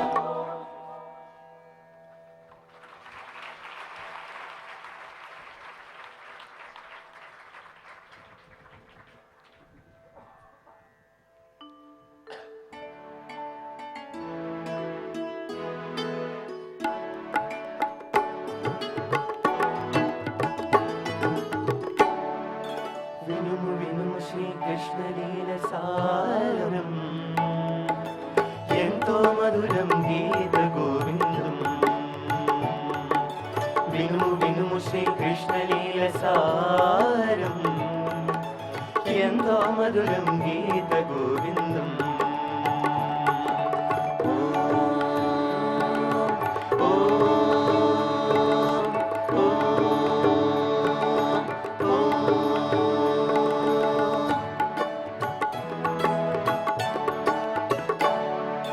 కారాగ్రహమున హరి జన్మించిన దేవకి తనయునిగా కనవాయి కష్టాలు రక్కున తొలగంగా దుష్ట కంసునికి తెలియకనే చిత్రం జరిగెనుగా సంఖ్యలనే తెగిపోగా తలుపులు విడిపోగా అర్ధరాత్రిలో సాగినొక్క పయనం ఎంతో మధురం గీత గోవిందం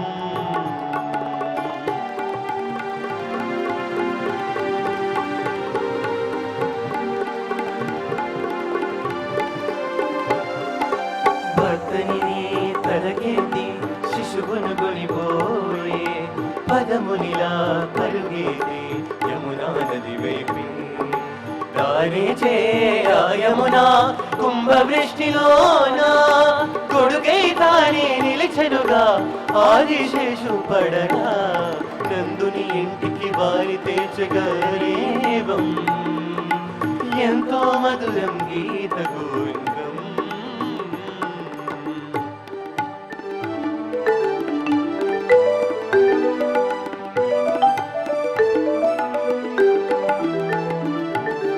మాయరూపున వచ్చి పూతన చనుపాలివ్వగా ఆ మాయావి మాయ కనుగొని కృష్ణుని లీలగా శ్యామ సుందరుడు చతురతని చూపించగదలచి పద చేసి కథ నడిపే కాని బాలుడుగా అచ్చరు వందెను వాజన సందోహం ఎంతో మధురం గీత గోవిందం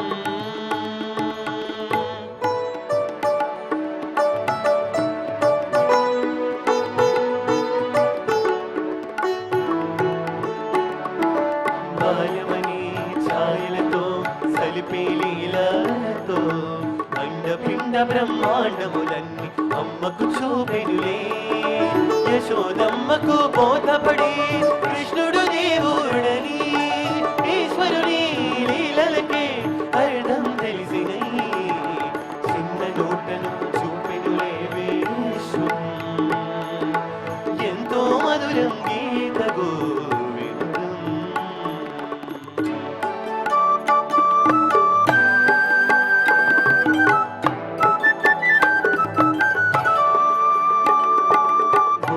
గోపికలాటలతో గోపాలుని పాట చీరలతో చినోరులు మోసి కృష్ణుని సయ్యాట వెన్నెలు దోచి కృష్ణుని పట్టే యశోదమ్మా వేణు స్వరం వింటూనే ఆడిన గోకులమే ప్రేమ రాగమున తడిసినందువనం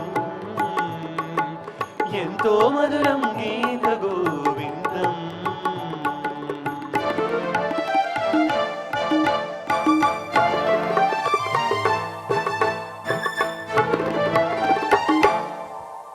కాలనాకుతో గోకులమంతా సంకటపడిపోగా తలనేకి మర్దించే కృష్ణుడు కాళీయుని అభయమిది అందరినీ అతడే కాపాడి అలగోవర్ధనగిరిని వేలితో పైకి సుశాదులతో నిందను జనవాసం ఎంతో మధురం గీత గోవిందం వినుము వినుము శ్రీకృష్ణ లీల సారం ఎంతో మధురం గీత గోవిందం కృష్ణ కృష్ణ హరి కృష్ణ కృష్ణ హరి కృష్ణ కృష్ణ హరి గోవింద కృష్ణ కృష్ణ హరి కృష్ణ కృష్ణ హరి కృష్ణ కృష్ణ హరి గోవింద కృష్ణ కృష్ణ హరి కృష్ణ కృష్ణ కృష్ణ కృష్ణ హరి గోవింద కృష్ణ కృష్ణ హరి కృష్ణ కృష్ణ హరి కృష్ణ కృష్ణ హరి గోవింద కృష్ణ కృష్ణ హరి కృష్ణ కృష్ణ హరి కృష్ణ కృష్ణ హరి గోవింద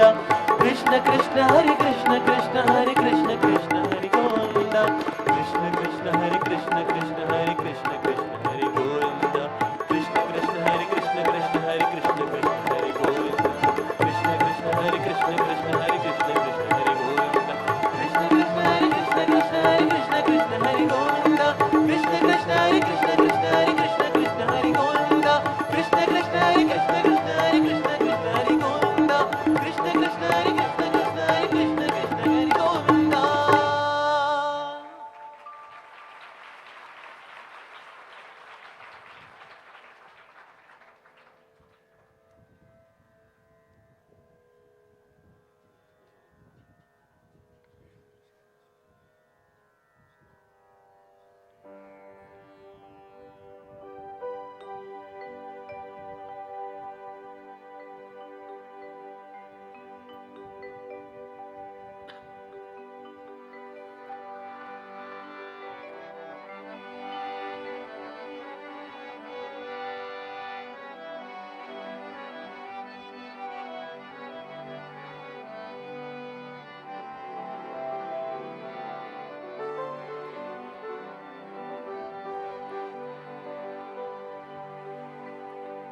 मैं हरि चरणन की दासी मैं हरि चरणन की दासी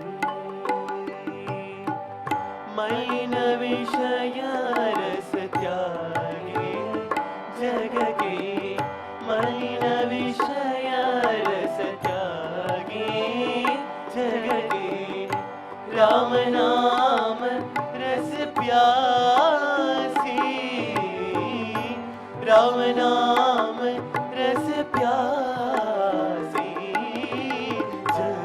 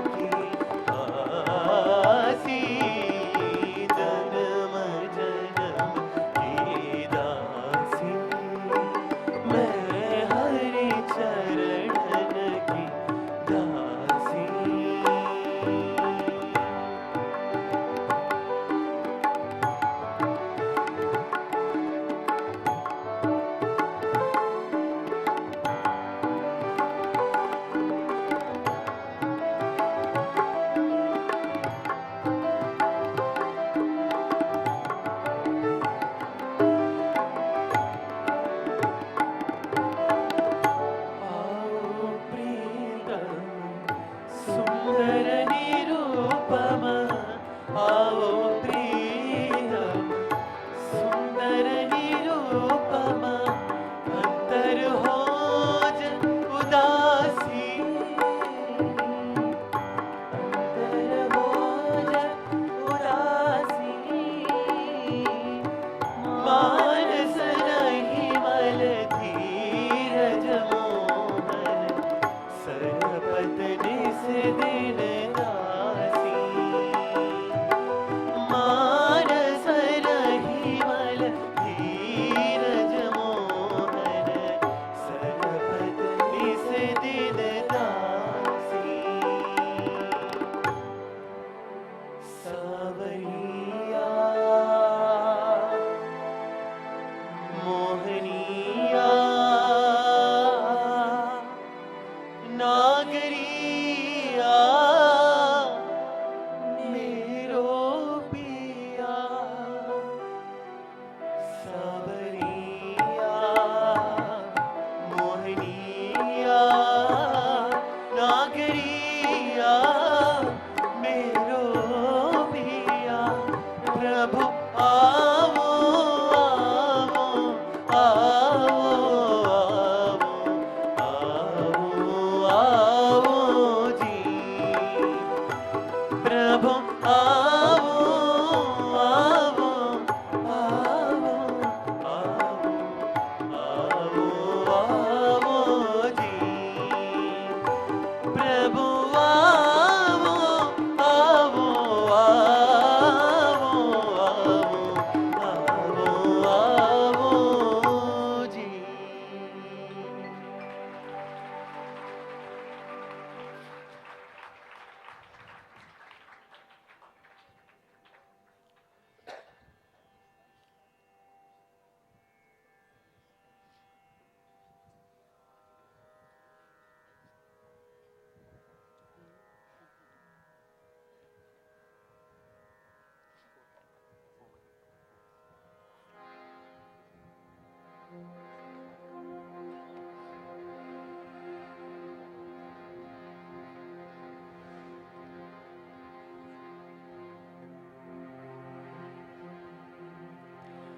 I keep feeling your love in me over and over again.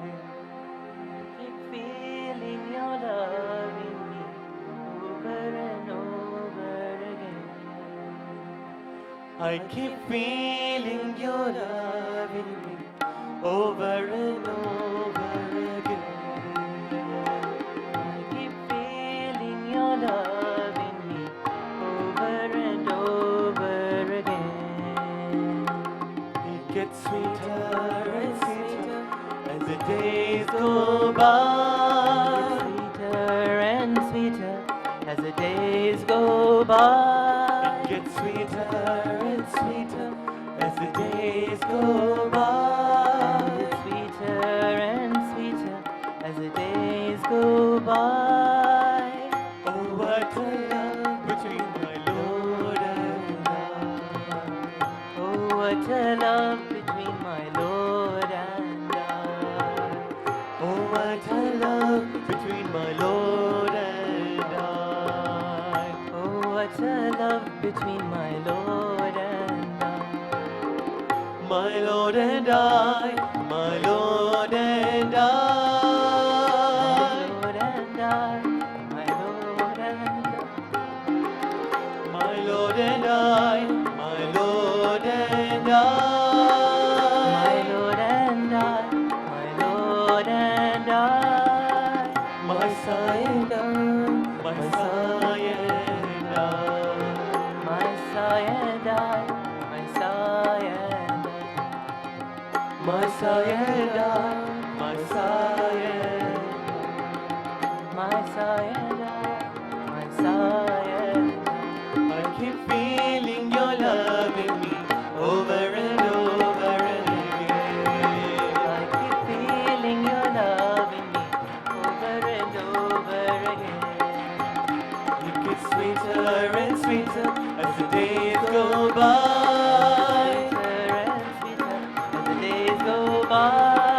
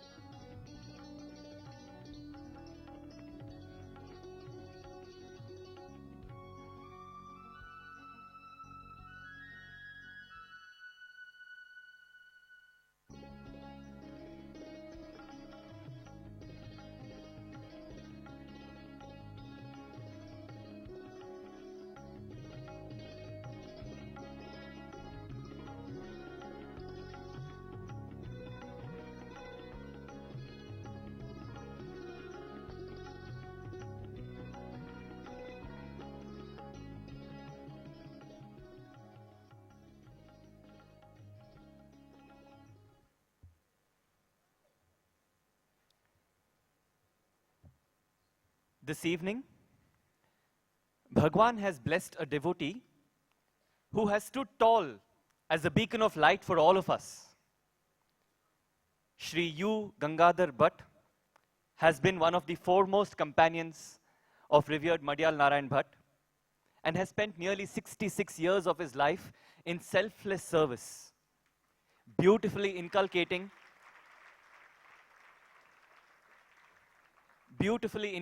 Swami's principles and the ideals of revered Anna into every aspect of his life.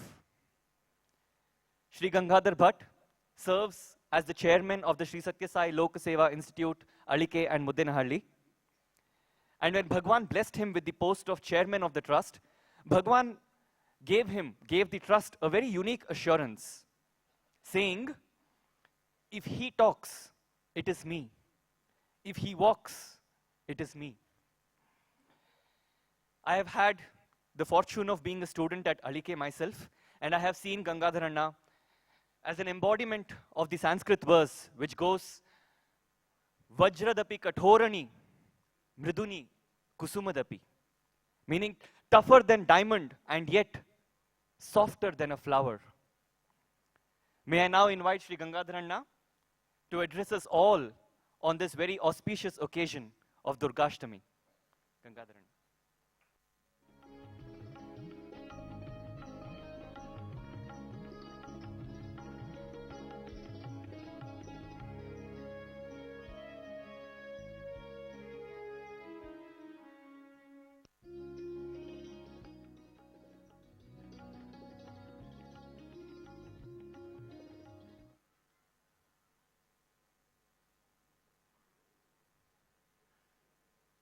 ವೇದಮೂರ್ತಿಗಳಾದ ನಮ್ಮ ಈ ಅಧ್ವರಿಗಳೇ ಹಾಗೂ ಇತರ ಎಲ್ಲ ವೈದಿಕ ವಿದ್ವಾನ್ಮಣಿಗಳೇ ಮತ್ತು ಇಲ್ಲಿ ಸೇರಿರ್ತಕ್ಕಂಥ ಸ್ವಾಮಿಯ ಎಲ್ಲ ಹಳೆಯ ಭಕ್ತರೇ, ಹೊಸ ಭಕ್ತರೇ ಹಾಗೂ ವಿದ್ಯಾರ್ಥಿಗಳೇ, ಅಧ್ಯಾಪಕರೇ, ಈ ಸ್ವಾಮಿ ಸೂಕ್ಷ್ಮ ದೇಹ ಧರಿಸಿ ಈ ಬಂದಿದ್ದಾರೆ ಎನ್ನುವಂಥ ಆ ಒಂದು ವಿಚಾರವನ್ನು ನಾನು ಮೊದಲು ನಂಬಿರಲಿಲ್ಲ.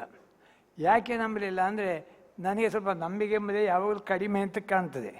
ಈ ಈಶ್ವರನವರು ಶ್ರೀತ ನಾರಾಯಣ ಭಟ್ರನ್ನು ಹೋಗಿ ಮಾತನಾಡುವ ಅಂದರೆ ನಾನು ಹೋಗಲಿಕ್ಕೆ ಒಪ್ಪಲಿಲ್ಲ. ಯಾಕೆ ಹೋಗಲಿಲ್ಲ ಅಂದರೆ ಅವರು ಶ್ರೀಮಂತರು ಮತ್ತು ವಿದ್ಯಾವಂತರು, ಅಧಿಕಾರವಂತರು, ಸಾಮಾನ್ಯ ಜನರನ್ನು ಕಂಡ್ರೆ ತಿರಸ್ಕರಿಸ್ಯಾರ. ಅವ್ರ ಹತ್ರ ಹೋಗಿ ನಾವು ಸಣ್ಣವರಾಗುವುದಕ್ಕಿಂತ ಹೋಗದಿದ್ದರೆ ಒಳ್ಳೆಯದು ಅನ್ನೋ ನನ್ನ ಭಾವನೆ ಇತ್ತು. ಅವರ ಬಲವಂತಕ್ಕೆ ಹೋದೆ. ಅಣ್ಣವರು ನನ್ನನ್ನು ಸೆಳೆದು ಬಿಟ್ಟರು. ನಾವು ಅವರೊಟ್ಟಿಗೆ ಸೇರಿಕೊಂಡೆ. ಆಮೇಲೆ ಎಂದು ನನಗೆ ಸಂದೇಹ ಬರಲಿಲ್ಲ. ನಾರಾಯಣರಾಯರು ಸ್ವಾಮಿ ಹತ್ತಿರಕ್ಕೆ ಹೋದರು. ಸ್ವಾಮಿಯನ್ನು ದೇವರು ಅಂತ ಹೇಳಿದರು. ಇವರು ಇನ್ನು ಯಾರನ್ನೋ ನಂಬಿ ನಾವು ಹೊಂಡಕ್ಕೆ ಬಿಡ್ತೇವೆ. ಯಾಕೆಂದ್ರೆ ನಾವು ಜೀವನದಲ್ಲಿ ಹಲವು ಹೊಂಡಗಳಿಗೆ ಬಿದ್ದಿದ್ದೇವೆ ಬೇರೆ ಬೇರೆಯವರನ್ನು ನಂಬಿ. ಆದರೆ ಇದು ಯಾವುದೋ ಈಗ ಆಂಧ್ರದಲ್ಲಿ ಇರುವುದಂತೆ ಎಲ್ಲಿ ಇವರನ್ನು ಸಾಯಿಬಾಬಾ ದೇವರು ಅಂತ ಹೇಳ್ತಾರೆ, ಅಲ್ಲಿ ಅಣ್ಣನವರಿಗೂ ಈಗ ಈ ಭಾವನೆ ಬಂದಿದೆ. ಹಾಗಿದ್ರೆ ಇನ್ನು ಎಲ್ಲಿ ಸಂಸ್ಥೆಯನ್ನು ಹೊಂಡಕ್ಕೆ ಹಾಕ್ತಾರೋ ಅನ್ನೋ ಈ ಭಾವನೆ ಬಂದಿತ್ತು. ಆದರೆ ಅಣ್ಣನವರು ಎಷ್ಟು ಹೇಳಿದ್ರು ನಾನು ಒಮ್ಮೆ ಒಪ್ಪುತ್ತಿದ್ದೆ, ಮತ್ತು ಎರಡನೇ ಆದರೆ ಅಂತ ಶುರು ಮಾಡ್ತಿದ್ದೆ. ಕೊನೆಗೆ ಅಣ್ಣವರು ಹೇಳಿದ್ರು, ಸ್ವಾಮಿ ಹತ್ರ ಹೋಗಿ ನೀವು ನೋಡಿಕೊಂಡು ಬಾ ಅಂತ. ನೋಡುವ ಹೋದೆ. ಹಾಗೆ ಹೋಗುವ ಯೋಚನೆ ಮಾಡಿದ್ದೆ. ಕಸ್ತೂರಿ ಬರೆದ ಸತ್ಯಂ ಸುಂದರನಲ್ಲಿ ಹಲವು ವಿಚಾರಗಳುಂಟು. ಆದರೆ ಅವರು ಸೆಕ್ರೆಟರಿ ಸ್ವಾಮಿಗೆ ಬೇಕಾದಾಗ ಬರದೇ ಇರ್ಬೋದು. ಆದ್ದರಿಂದ ಅವರಿಗೆ ಕಳಿಸಿದಂಥ ತಮ್ಮಿರಾಜು ಅಥವಾ ಸುಬ್ಬಣ್ಣಾಚಾರ್ಯ ಹತ್ರ ವಿಚಾರಿಸಬೇಕು ಅಂತ ಯೋಚನೆ ಮಾಡಿದೆ. ಹಾಗೆ ಯೋಗದಿಂದ ನಾನು ಹೋದಾಗ ಒಂದು ಮರದಡಿಯಲ್ಲಿ ತಮ್ಮಿರಾಜು ಮತ್ತು ಅವರ ಶ್ರೀಮತಿಯವರು ಕಾಮೇಶ್ವರಮ್ಮ ಇದ್ದರು. ಇನ್ನೊಂದು ಮರದಡಿಯಲ್ಲಿ ನಾವಿದ್ದೆವು. ಹಾಗೆ ನನಗೆ ಅವರ ಹತ್ರ ಮಾತಾಡುವಂಥ ಸಂದರ್ಭಗಳು ಬಂತು. ಅವರಿಗೆ ಸ್ವಾಮಿಯ ಕುರಿತು ಹೇಳುವಾಗ ಕಣ್ಣಿಂದ ಧಾರಾಕಾರವಾಗಿ ಆ ಭಕ್ತಿಯ ಈ ಪ್ರವಾಹ ಹರಿದು ಬರ್ತದೆ. ನನ್ನ ಸಂದೇಹದ ಆ ಸಂಶಯದ ಬಂಡೆಕಲ್ಲು ಕರಗಿ ಹೋಯಿತು. ಆಮೇಲೆ ಸ್ವಾಮಿ ಮೇಲೆ ಎಂದು ನನಗೆ ಸಂದೇಹ ಬರಲಿಲ್ಲ. ಆದರೆ ಸ್ವಾಮಿ ನಿರ್ಗಮಿಸಿದ ಮೇಲೆ ಸ್ವಾಮಿ ಹೇಳಿದ್ದಾರೆ, ಇಲ್ಲಿ ಆ ಕಟ್ಟಡಕ್ಕೆ ಸ್ವಾಮಿಯೇ ಶಂಕುಸ್ಥಾಪನೆ ಮಾಡಿದ್ದು. ಸ್ವಾಮಿ ಬಂದು ಅಲ್ಲಿ ಉಳ್ಕೊಳ್ಳಿಲ್ಲ. ಸ್ವಾಮಿ ಅಮೂಲ್ಯ ದೇಹ ಬಿಟ್ಟರು. ಆದರೆ ಸ್ವಾಮಿಗೆ ಭವಿಷ್ಯ ಎಲ್ಲ ಗೊತ್ತುಂಟು. ಹಾಗಿರುವ ಶಂಕುಸ್ಥಾಪನೆ ಯಾಕೆ ಮಾಡಿದರು? ಯಾಕೆ ಸ್ವಾಮಿ ಇಲ್ಲಿಂದ ಬಂದು ನೆಲೆಸಲಿಲ್ಲ? ಸ್ವಾಮಿ ಹೇಳಿದ್ದಾರೆ ಮೊದಲು, ನಾನೊಂದು ಹುಣ್ಣಿಮೆ ದಿವಸ ಇಲ್ಲಿ ಇರ್ತೇನೆ ಅಂತ ಹೇಳಿದ್ದಾರೆ. ಈ ಹುಣ್ಣಿಮೆ ನಮಗೆ ಬರಲೇ ಇಲ್ಲ. ಹಾಗಿದ್ರೆ ಏನು ಅನ್ನುವಂಥ ಒಂದು ನಿರಾಸೆ ನನಗೆ ಬಂದಿತ್ತು. ನಾನು ನಿರಾಸೆಯನ್ನು ಯಾರಲ್ಲಿಯೂ ಹೇಳಲಿಲ್ಲ. ಯಾಕೆಂದರೆ ನನ್ನ ನಿರಾಸೆ ಬಾಗಿದ್ದವರು ಎಲ್ರಿಗೂ ನಿರಾಸೆ ಬರ್ತದೆ ಎಂಬುದರಿಂದ ಅದನ್ನು ಒಡಗಿಸಿ ಒಳಗೆ ಇಟ್ಟುಕೊಂಡಿದ್ದೆ.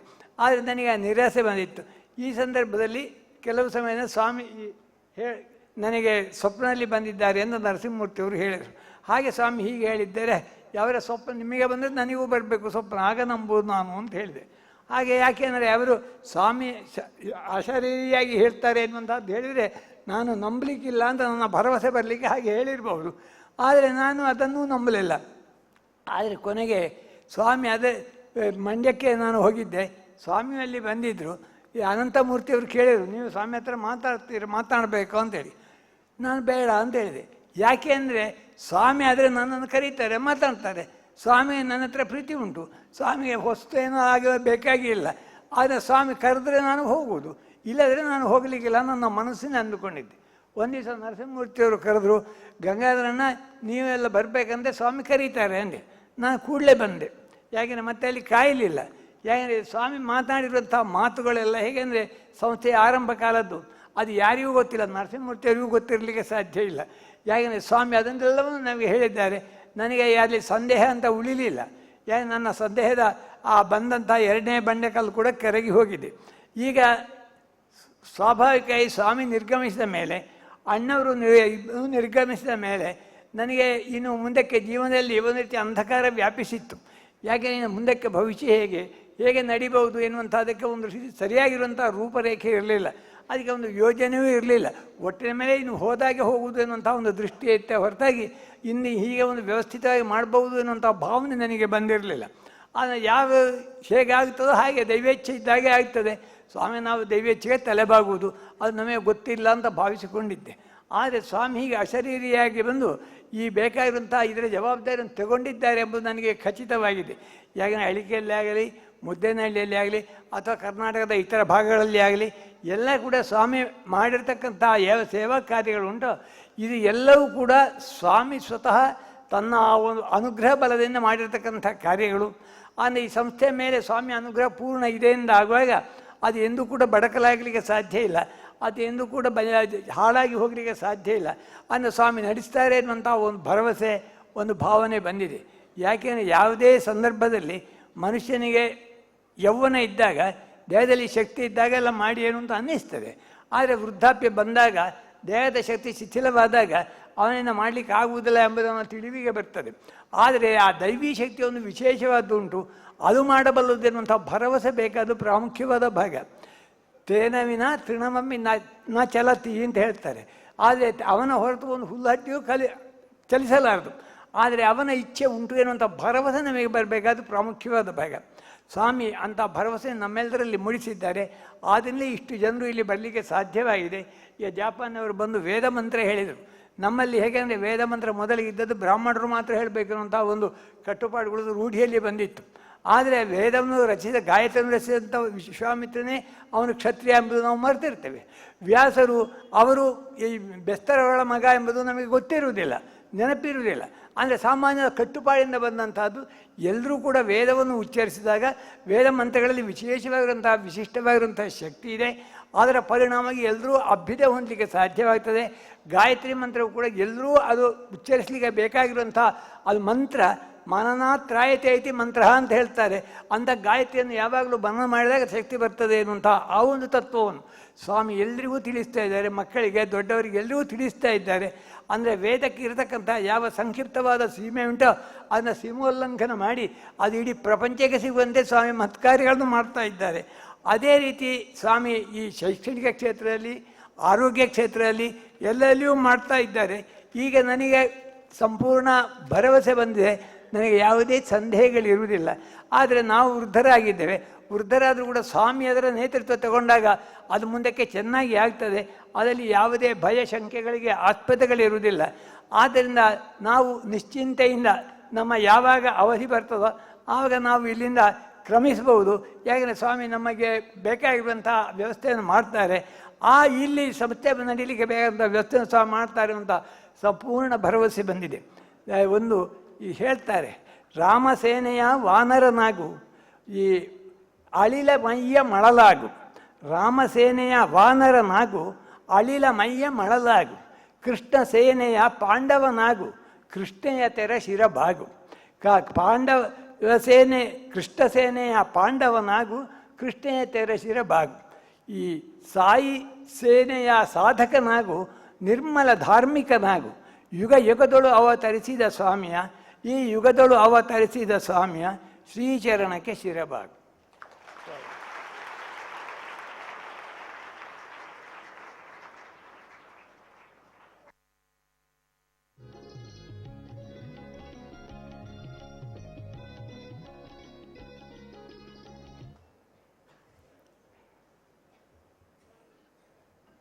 Thank you for those inspiring words, Gangadharanna.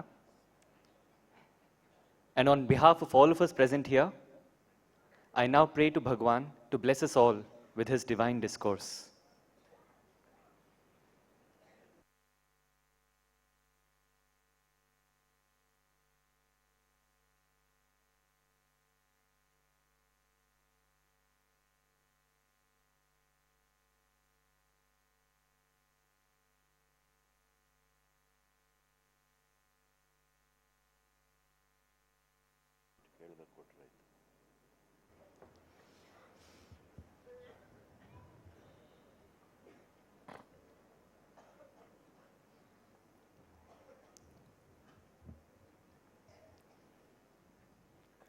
Om Shri Sai Ram.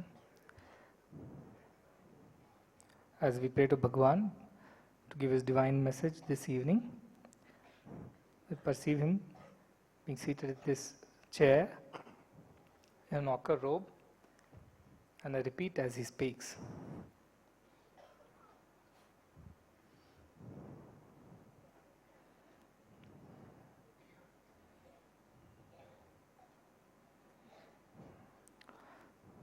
पुनर्वित्तम पुनर्मित्रम पुनर्धारा पुनर्मही एतत् सर्वं पुनर्लभ्यम न शरीरम पुनः पुनः न शरीरम पुनः पुनः.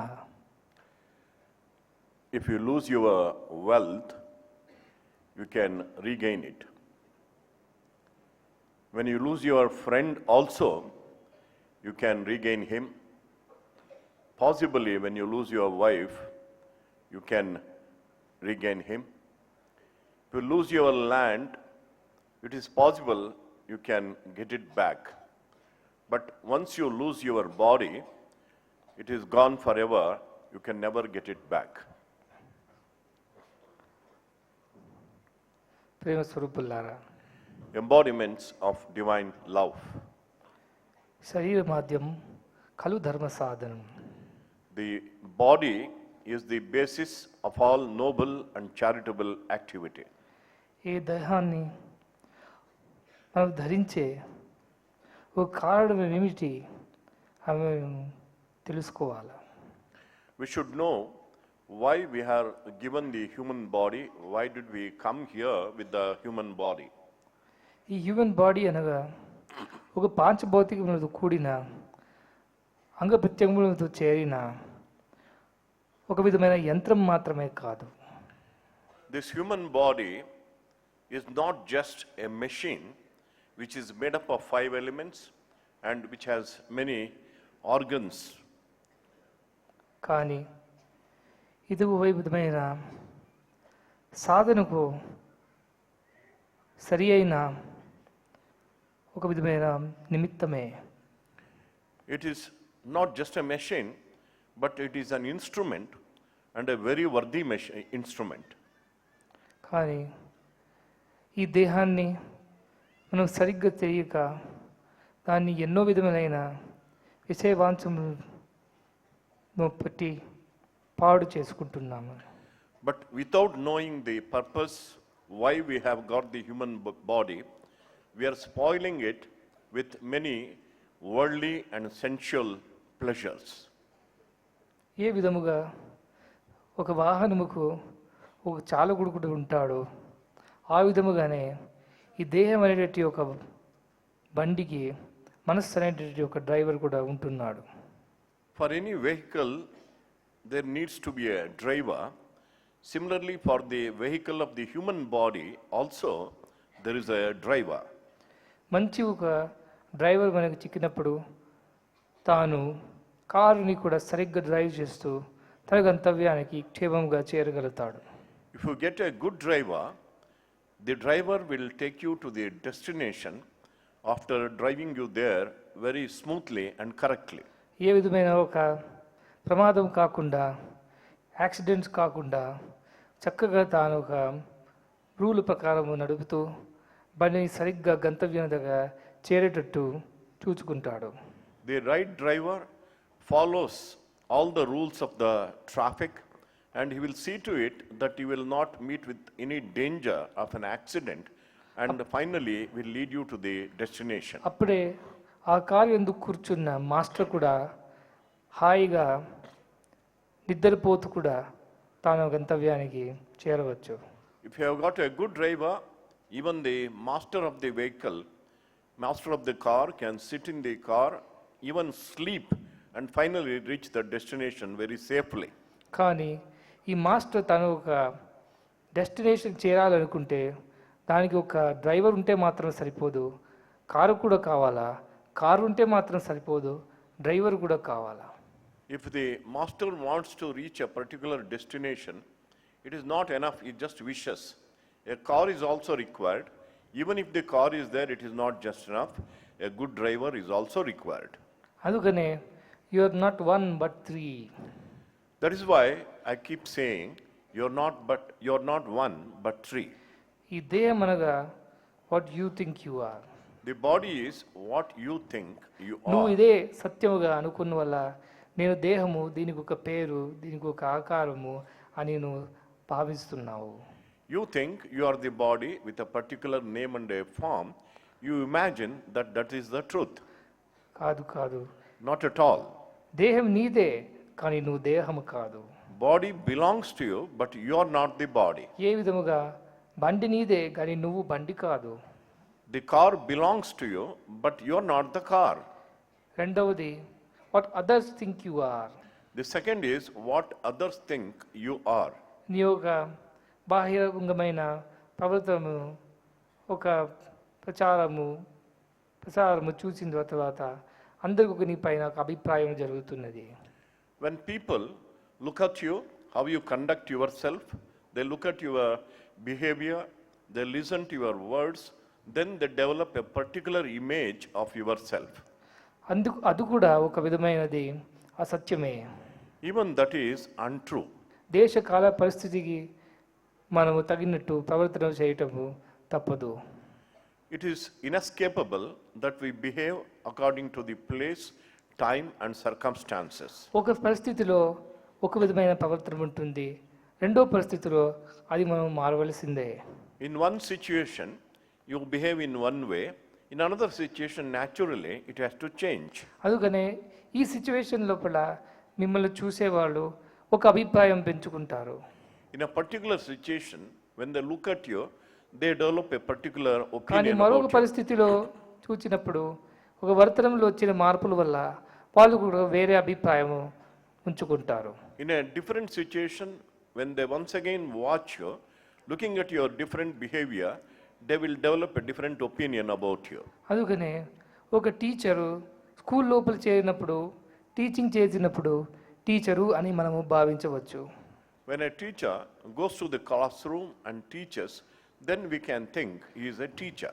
ఒక అధ్యాపకుడికి సరైన ప్రవర్తనలో ఆయన చేరి కావలసినన్ని చేస్తున్న వల్ల ఆయన ఒక అధ్యాపకుడు అని మనం చెప్తాము. Just because he is doing the job of a teacher, teaching lessons in the classroom, we call him a teacher. కానీ ఆయన ఇంటికి పోయిన తర్వాత తన పిల్లల దగ్గర తాను ఒక అడుగుడ్డు పాడుకుంటున్నప్పుడు ఒక తండ్రి అని మనం చెప్తున్నాము. When he goes back home and plays with his children, then we call him a father.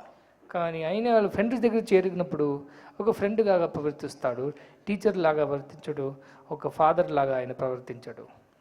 When he meets a friend, he won't behave like a teacher, he won't behave like a father, he behaves like a friend. అది స్కూల్లో చూసిన వాళ్ళు ఈయన teacher అని అంటాడు, ఇంటిలో చూసేవాడు ఈయన ఫాదర్ అని అంటాడు, ఫ్రెండ్స్ వాళ్ళ దగ్గర చూసేవాడు ఈయన ఒక ఫ్రెండ్ అని ఆయన అభిప్రాయం పెంచుకుంటాడు. When they look at him in the school, they call him a teacher. Those who look at him at home call him a father. Those who look at him with a friend call him a friend. తాను ఒక ప్రవృత్తికి సంబంధించి ప్రవర్తన ఉంటున్నది కానీ అది కూడా సత్యమని మనం చెప్పడానికి వీలు లేదు. The behavior depends on the situation, but you can't call it as truth. అందుకనే మరి అతను ఎవరు? Then who is he? What you think you are అనగా ఒక దేహం మాత్రమే. What you think you are is only the body. What others think you are అనగా అదే ఒక mind. What others think you are is your mind. కానీ what you really are, What you really నిజ are. స్వరూపం ఏమిదో What is your true nature? అదే ఒక దివ్య స్వరూపము. That is the divine nature. Car లోపల కారు ఒక దేహముగా భావించినప్పుడు డ్రైవర్ ఒక మనసుగా, కానీ దాంట్లో కూర్చుండే మాస్టరే నీ యొక్క నిజ స్వరూపము.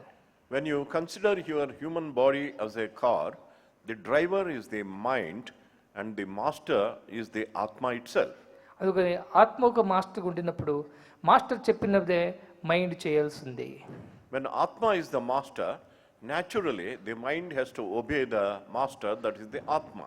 కానీ మైండ్ మాస్టర్ అయిపోవడము సరి అయినది కాదు. It is not right for the mind to take up the mastership. Master చెప్పిన ప్రకారము డ్రైవర్ కూడా కారు నడుపుతుంటూ పోవాలా.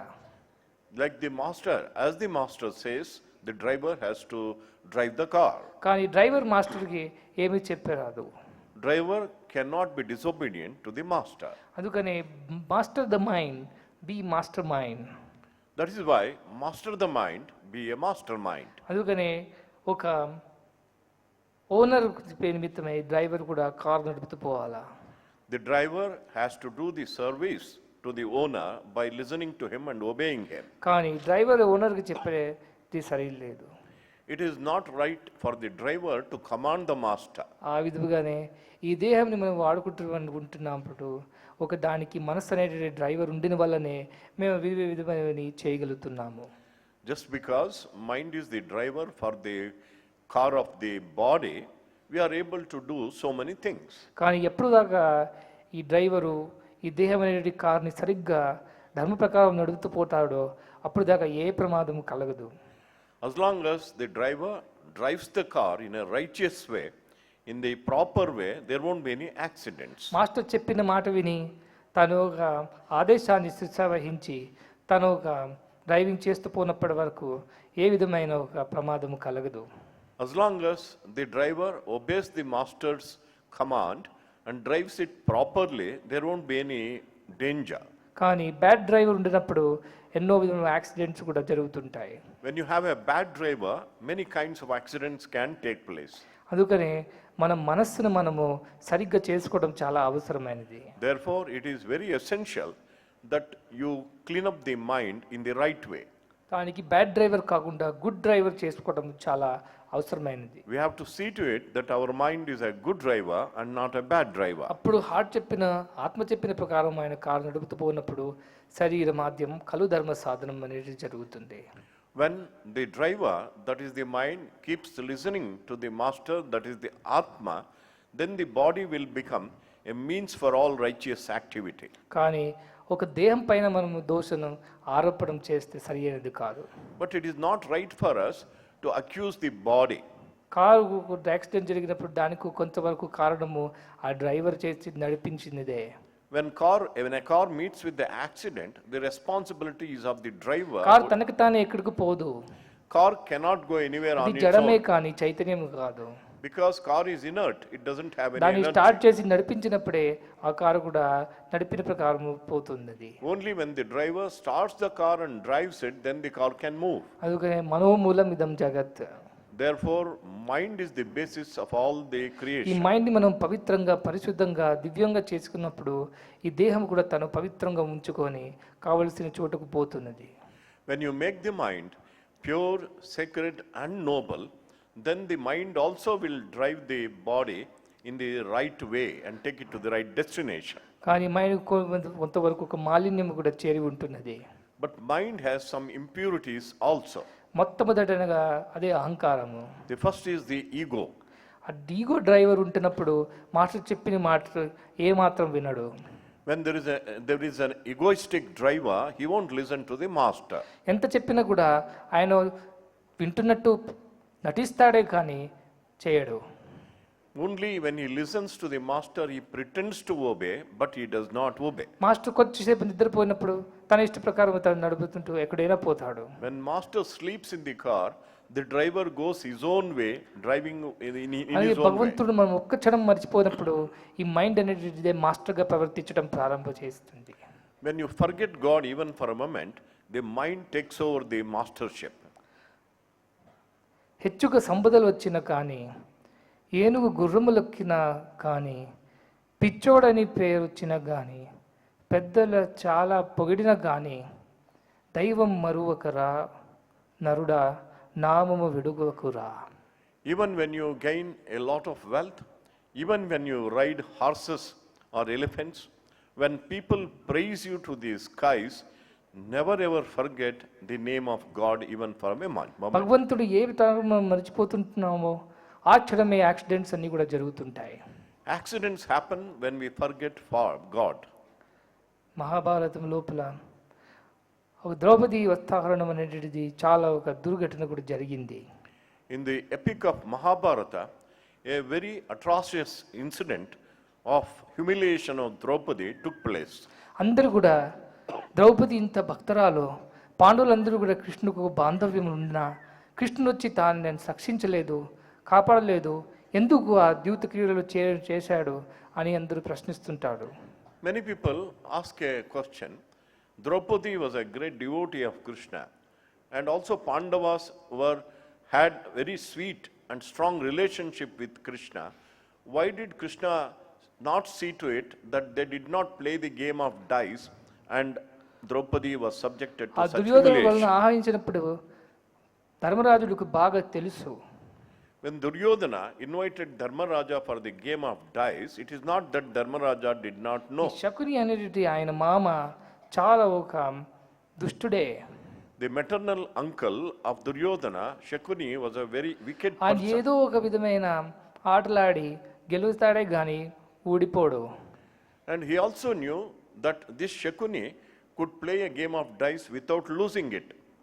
కానీ అంత తెలియనప్పుడు కూడా ఎందుకు పోయాడు ధర్మరాజుడు, కృష్ణుడు వాళ్ళని ఎందుకు ఆపలేదు అని కొంతమంది సంశయిస్తుంటారు. Some people keep doubting, even after knowing the wickedness of Shakuni, why did Dharmaraja go for the game of dice? Why did not Krishna stop him from going? కృష్ణుడు వాళ్ళ మీద నిజమైన ప్రీతి ఉంటున్నప్పుడు ఎందుకు ఆయన అక్కడ పోకుండా ఇంతంట చేయకుండా చూడలేదు? If Krishna really loved the Pandavas, why did he not stop them from doing it? Why did he not save them from this humiliation? కానీ ధర్మరాజుడు కృష్ణుని పిలిచి తాను ఒక అభిప్రాయం తెలుసుకోలేదు. Dharmaraja did not invite Krishna and find out what Krishna felt about it. ఏ విధంగా దుర్యోధనుడు శకునిని పిలిచి తాను ఒక నిమిత్తమై ఆటాడించాడో ఆ విధంగా ధర్మరాజుడు కూడా కృష్ణుడిని పిలిస్తే తప్పకుండా కృష్ణుడే గెలిచినవాడు. In the same way as Duryodhana consulted Shakuni for the game of dice, if Dharmaraja also had consulted Krishna, definitely Dharmaraja would have won the game. ఇంత పెద్ద మహాభారతమే ఒక యుద్ధమే కృష్ణుడు ఒక ఉండిన వల్ల 5 మంది పాండవులు 100 మంది కౌరవుల పైన గెలిచారు. ఒక చిన్న ద్యూత క్రీడ గెలవలేకపోయారా? Ultimately, in the battle of Mahabharata, 5 brothers Pandavas won over the 100 brothers Kauravas. If that could happen, could not Krishna make Dharmaraja win the game of dice? కానీ కృష్ణుని మర్చిపోయిన వల్ల కృష్ణుని ఏ మాత్రం కూడా వాళ్ళ పిలవలేని వాళ్ళనే వాళ్ళ ద్యూత క్రీడలు వచ్చాయి అన్ని కూడా పోగొట్టుకున్నారు. Since Dharmaraja forgot Krishna, he did not seek his advice.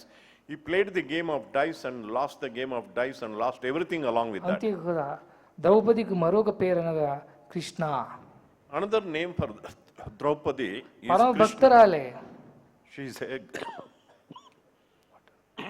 She is a great devotee. కానీ ఆ సమయం అప్పుడు తాను కృష్ణుడిని ఏమాత్రం కూడా స్మరించలేదు. But at that time, she did not think of Krishna even for a moment. మొదటి ధర్మరాజును ఇంకా పాండవుల్ని మొదటి ఆయన తను కూడా ప్రార్థించినది. She first prayed to Dharmaraja and all the Pandavas to వాళ్ళు ఏమి rescue her. చేయలేకపోయినప్పుడు సభలో ఉండే పెద్దవాళ్ళందరినీ కూడా మన్నించింది. When Dharmaraja and Pandavas did not come to her rescue, she prayed to Bhishma and other elders in the royal court. కానీ వాళ్ళు కూడా ఏమి చేయలేగినప్పుడు తన ఒక శక్తిని వాడుకుంటూ తన కోసము తన కాపాడాలని చేసుకుంటున్నది. When even the elders in the royal court did not come to her rescue, she tried to rescue herself and protect herself with her own strength. కానీ ఏ మాత్రం కూడా చేయలేకపోయింది. But she could not come to her own rescue. కట్టకడబడికి కృష్ణుడిని సంస్మరించి కృష్ణ అని పిలిచినప్పటికీ ఆ హృదయ నివాసి కృష్ణ అని వేడిచినప్పుడు తనకు తానే ఒక చమత్కారం జరిగింది. But finally, when she lost all hope, she thought of Krishna and prayed to Krishna. Then spontaneously a miracle took place. అప్పుడు ఆ చీర కూడా అక్షయముగా మారిపోయి తన ఒక మానాన్ని కాపాడింది. The saree became inexhaustible and it saved her honor. అంత అయిపోయిన తర్వాత కృష్ణుని స్మరించితే ఏం ప్రయోజనము? If after having lost everything, what is the use of thinking of మొదటి వాళ్ళు Krishna? కృష్ణుడిని నామస్మరణ చేసి తాను ఒక వివరించి తాను ఒక అభిప్రాయం తెలుసుకున్నప్పుడు ఇవన్నీ కూడా జరిగేదే కాదు. Only if Pandavas had thought of Krishna before, had sought his advice while they were invited for the game of dice, all these things would not have happened. కానీ కృష్ణుడిని అప్పుడు వారు స్మరించలేని వల్ల ఇప్పుడు వారు ఇంత కష్టంలో పడిపోయారు. Just because they did not think of Krishna at that point of time, they had to undergo all these difficulties and humiliation. కష్టములు వచ్చినప్పుడు మనం భగవంతుడిని చాలా ఒక వీయంతో భజిస్తుంటామే. When we meet with difficulties, we naturally think of God. కానీ సుఖమైన సమయంలో కూడా భగవంతుడిని మనం స్మరిస్తే కష్టమైన సమయాలు ఎందుకు వస్తాయి? Even during times of happiness, we think of God. Why will the difficulties come to us? కానీ సుఖమైన సమయంలో మనం భగవంతుని మర్చిపోయి కష్టములు వచ్చినప్పుడే స్మరిస్తున్న వల్ల మన జీవితం కూడా ఈ కష్టము సుఖం మధ్యలో ఇవి ఆడుతుంటుంది. In our happiness, we forget God, think of God only during difficulties. That is why our life becomes a combination of happiness and sorrow. Driver తన ఇష్ట ప్రకారం నడిపించి యాక్సిడెంట్ అయిపోయిన తర్వాత మాస్టర్ ఒక సహాయం అడిగిన ప్రయోజనమే లేదు. If the driver drives the car in his own way and meets with an accident, then he asks the help of the master. What is the use? కానీ మాస్టర్ చెప్పిన ప్రకారం స్లోగా నిదానంగా పోచేటప్పుడు ఆయన మాటలు విని స్లోగా పోయినప్పుడు ఏమాత్రం కూడా ప్రమాదం ఏమి కలగదు. If the driver listens to the master who advises him to drive slowly and he drives slowly, then there won't be any accident. ఈ విధముగానే అహంకారంతో కూడిన మనస్సు హృదయం చెప్పింది ఏమాత్రము వినదు. Similarly, mind full of ego does not listen to the heart. Heart ఎంత చెప్పినా కూడా వింటున్నట్టు ఒక నటిస్తుంటే కానీ నిజంగా వినదు. When the heart talks to the mind, mind just pretends to obey the master mind, but it does not. కానీ mind is a good servant, bad master. Mind is a good servant, but a bad master. మైండ్ని మనం master చేసుకుంటే చాలా ప్రమాదము. It is highly dangerous for us to make the mind our master. అది ఎప్పుడు కూడా నిజమైన మాస్టర్ ఎవరంటే మన ఆత్మయే. Finally, always the true master is our own Atma. అదే హృదయము, That is the heart. అదే భగవత ఒక స్థాయి. That is the residence of God. అందుకనే ఎప్పుడు కూడా మనము ఈ శరీరాన్ని సరిగ్గా వాడుకోవాలా, పంచేంద్రియంలో కూడా చక్కగా మనము వాడుకుంటూ ధర్మ సాధన చేయాలనుకుంటే ఈ మనస్సును మనము మాస్టర్గా అధీనం చేయాలా.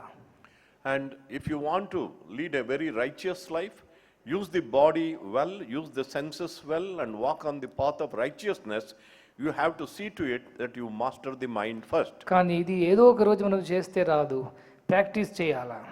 It is not that you can master the mind at one time, you need to practice it continuously. పుట్టిన తక్షణమే మనము నడవలేదు, మాట్లాడలేదు, తినలేదు, ఏమీ చేయలేకపోయాము. We could not walk or talk or eat when we were just born. కానీ క్రమక్రమేణ ఒక విధమైన అభ్యాసం వల్ల మనం అవన్నీ కూడా చేయగలుగుతున్నాము. By gradual practice, we are able to do all this. ఆ విధంగానే మొట్టమొదటి మైండ్ హార్ట్ చెప్పింది వినదు. First, the mind will not listen to the heart. కానీ క్రమక్రమేణ దాన్ని ఈ విధంగా మనం అభ్యాసం చేసిన వల్ల ఈ మైండ్ కూడా మనం కంట్రోల్ చేయగలుగుతాము. But by gradual practice, it is possible for us to control the mind also. Abhyas సేనతు Kaunteya వైరాగ్యేన చ గృహ్యతే. Kaunteya, son of Kunti, you can control the mind with practice and detachment. అదొకటి ఏది సత్యము ఏది అసత్యము అది స్మరిస్తూ మనము సత్యం దాంట్లోని చేరినప్పుడు అదే ఒక విధమైన అభ్యాసం అయిపోయి మైండ్ కూడా పవిత్రంగా అయిపోతుంది. When you keep using your discrimination, what is true, what is untrue, what is temporary, what is permanent, you make your mind follow the truth, then finally you will be able to control the right mind. Hand మనం ఎక్కువగా వాడుకుంటున్నప్పుడు right hand కూడా చాలా ఒక దృఢమైపోతుంది. When you use your right hand always, right hand becomes strong. కానీ left hand వాడిన వాళ్ళకి left hand స్ట్రాంగ్గా అయిపోతుంది. For those who use the left hand becomes ఆ stronger. విధంగా ఎవరు మనసుని వాడుతుంటారో వాళ్ళకి మనస్సే ఇంకా strong అయిపోతుంటున్నది. For people who use only their minds, mind becomes stronger. కానీ ఎవరు హార్ట్ను వాడుతుంటారో వాళ్ళకి heart strong But అయిపోతుంటుంది. for those who use their heart becomes stronger. అందుకనే హార్ట్ని మీరు వాడుకుంటున్నప్పుడు ఆత్మ చెప్పిన మాటలు వింటున్నప్పుడు ఆత్మ యొక్క శక్తి కూడా పెరుగుతూ పోతుంది. When you listen to the heart, when you listen to the voice of the Atma, naturally your power, spiritual power goes on increasing. ఈ మనస్సు అనగా అంతా కూడా బహిరంగమైనదే, బాహ్యం కోసమే పోతుంటుంది. The mind is always external and goes outward always. కానీ అదొక ప్రేమ మార్గము. That is the path of pleasant or the prayers. దానికి ఏదో ప్రియకరమైనదో సుఖకరమైనదో దానికోసము అది ప్రాకులాడుతుంటుంది. The mind always keeps on struggling for that which is pleasant and which is happy, అది which is మంచిదా pleasurable. చెడ్డదా సత్యమా అసత్యమా నిత్యమా అనిత్యమా అని ఏ మాత్రం కూడా విచారించదు. The mind will never discriminate whether it is truth or untruth, it is good or bad. కానీ తక్షణమే దానికి ఒక విధమైన సుఖము కలగాలని ఎప్పుడు కూడా ప్రయత్నిస్తుంటుంది. All the time, mind struggles to attain some temporary, momentary happiness. కానీ హృదయం అట్లాంటిది కాదు. But heart is not like that. అది శ్రేయో మార్గము. That is the path of the shreyas and good. ఏది శ్రేయకరమైనదో ఏది మంచిదో ఏది కీర్తికరమైనదో అది మాత్రము హార్ట్ మనకు చెప్తుంది. Heart always tells us what is good for us, what will bring us good name and fame. ఎంత కూడా రావణాసురుడు చెప్పినా తన మైండ్ నిమిత్తమై ప్రవర్తించాడు కానీ హృదయం మాత్రం వినలేదు. Even the heart of Ravana advised him, but he did not listen to his heart, he listened only to his mind. అందుకనే ఇంత ఒక అధపతన కారణమైపోయాడు. That is why he met with such a grave downfall. తానే కాకుండా తాను కుటుంబము ప్రజలు రాజ్యమంతా కూడా నాశనం చేసుకున్నాడు. Not only himself, he ruined his family, his progeny and all of his kingdom. కానీ విభీషణుడు అట్లాంటి వాడు కాడు. But Vibhishana was not like that. ఏది ధర్మము ఏది అధర్మము వివేకముతో తను యోచించి ధర్మంలో ప్రవేశించి అధర్మాన్ని త్యజించాడు. Vibhishana used his discrimination, found out what was right and what was wrong, and he took to the right side. అందుకనే రావణుడు చేసిన తప్పు అని తెలుసుకున్నప్పుడు తాను ఒక భ్రాతగా ఉండే రావణుని కూడా త్యజించి రామునికి ఒక ఆశ్రయం చేరాడు. When Vibhishana found out that his elder brother Ramana was on the wrong path, he gave him up and joined Rama on the other side. కానీ భారతంలో చూసినప్పటికీ భీష్మ పితామహుడు. In Mahabharata, we have a character, Bhishma, the grandsire. దానికి ధర్మం ఏదో అధర్మం ఏదో చక్కగా తెలిసినప్పుడు కూడా ఒక అధర్మంలోనే చేరి ఉన్నాడు. Even after knowing what was right and what was wrong, Bhishma was on the wrong side. కట్టుకట్టుడికి తన మైండ్ నిమిత్తమై ప్రవర్తించడం వల్ల ఇంత ఒక కష్టకరమైన ఒక మృత్యుకు గతియో దానికి కలిగింది. Because he followed his mind, finally he was subjected to a very gruesome death. అందుకనే ఏనాటి కూడా మనము ఏది మన మైండ్ చెప్తున్నదో ఏది మన హృదయము ఆత్మ చెప్తున్నదో అది నిర్ణయించి వివేకంతో వర్తించటము చాలా అవసరము. Therefore, for all of us, it is necessary whether what is talking to us is our mind or the heart, and then follow the heart. ఎట్లా తెలుస్తుంది మైండ్ చెప్తున్నదా హార్ట్ చెప్తున్నదా? How do you know whether your mind is talking to you or your heart is talking mind to ఇప్పుడు you? కూడా ప్రియ మార్గం ప్రియకరమైన వస్తువుల కోసము పోతుంటున్నది. The mind goes after only those pleasant things which are కానీ heart pleasurable. ఎప్పుడు కూడా ఏది శ్రేయస్కరము ఉందో అది మాత్రమే తెచ్చుకుంటుంది. But heart always tell you to follow the right thing, the good path. Mind చెప్పినంతా కూడా ఒక విధమైన స్వార్థంతోనే కూడి ఉంటుంది. Mind always tells you things which are very selfish. నేను నాది అనేటువంటి భావాన్ని తన ప్రారంభంగా చూస్తుంటుంది. All the time it is thinking of I and mine. కానీ హృదయం కూడా మనది మనది అనే విశాలత్వంతో కూడి ఉంటుంది. But heart has the broad-mindedness of we and ours. Mind ఎప్పుడు కూడా చేసిందన్నీ కూడా తన స్వార్థం స్వప్రయోజనం నిమిత్తమై చేస్తుంది. Mind does everything for its selfishness and self-interest. కానీ హార్ట్ ఎప్పుడు కూడా చెప్పినప్పుడు అందరు కూడా మంచి కావాలా, అందరు క్షేమంగా ఉండాలా, సుఖంగా ఉండాలా, లోకా సమస్త అనుభవంతో విశాలమైన భావంతో చేస్తుంది. But heart does it with a broad-mindedness that everybody should be happy and all the people in all world should be happy. కట్టగడికి మైండ్ చేసింది మనము అనుసరించినప్పుడు మనకి శాంతి ఏమాత్రం కలదు. When we follow the mind, we don't get peace of mind. కానీ హృదయం మాత్రం విని దాని ప్రకారం ప్రవర్తించినప్పుడు మనకు శాంతి తక్షణమే కలుగుతుంది. But when you listen to the heart and follow its advice, immediately you will get peace of mind. Peace అనేది ఒక హృదయ ద్వారా సాధ్యము. Peace you can gain only through the కానీ heart. మైండ్ మనం చేస్తే అంత పీసెస్ మాత్రమే. If you follow the mind, you will only get into pieces and pieces. అందుకనే పూర్తిగా హృదయంతో ప్రేమించిన వల్ల గోపికులకు ఆ కృష్ణుడు పరమాత్మను అంత ఒక అనుభవాన్ని ప్రసాదించాడు. Gopikas, the cowherd girls, loved Krishna with all their heart. Therefore, he blessed them and conferred them with great blessing. యాదవులందరూ కూడా ఈ నాకు నాన్న, ఈ నాకు తాత, ఈ నాకు ముత్తాత అనేటువంటి అంతా ఒక మైండ్ ద్వారా యోచించిన వల్ల కృష్ణుడికి దూరం అయిపోయారు. Yadavas followed only their minds. They thought Krishna was a father or a grandfather or a son-in-law or an uncle. That is why all of them were ruined ultimately. ఆనాటి దినం కూడా ఒక్క థాట్ వచ్చిన వల్ల గోపికులందరినీ కూడా కృష్ణుడు దూరం అయిపోయాడు. Just because of one proud thought, arrogant thought came into the minds of the gopis, Krishna also went away from them for a while. కానీ ఏనాడు వాళ్ళు కృష్ణుడి గురించి ఏడుస్తూ వారు పూర్తిగా ఆత్మనివేదన చేసిన ఆ క్షణమే కృష్ణుడు పునః ప్రత్యక్షించాడు. But when they cried for Krishna and ultimately surrendered completely to Krishna, Krishna again manifested for them. కానీ బాహ్యంగా ఉండే కృష్ణుడు కాదు ఆయన. But he is not the external వాళ్ళందరూ Krishna. అంతరంగానే దర్శించుకున్నారు. They saw Krishna within themselves. అందుకని అప్పుడప్పుడు భగవంతుడు కూడా ఈ కంటికి కనిపించక దూరం అయిపోతూ ఉంటాడు.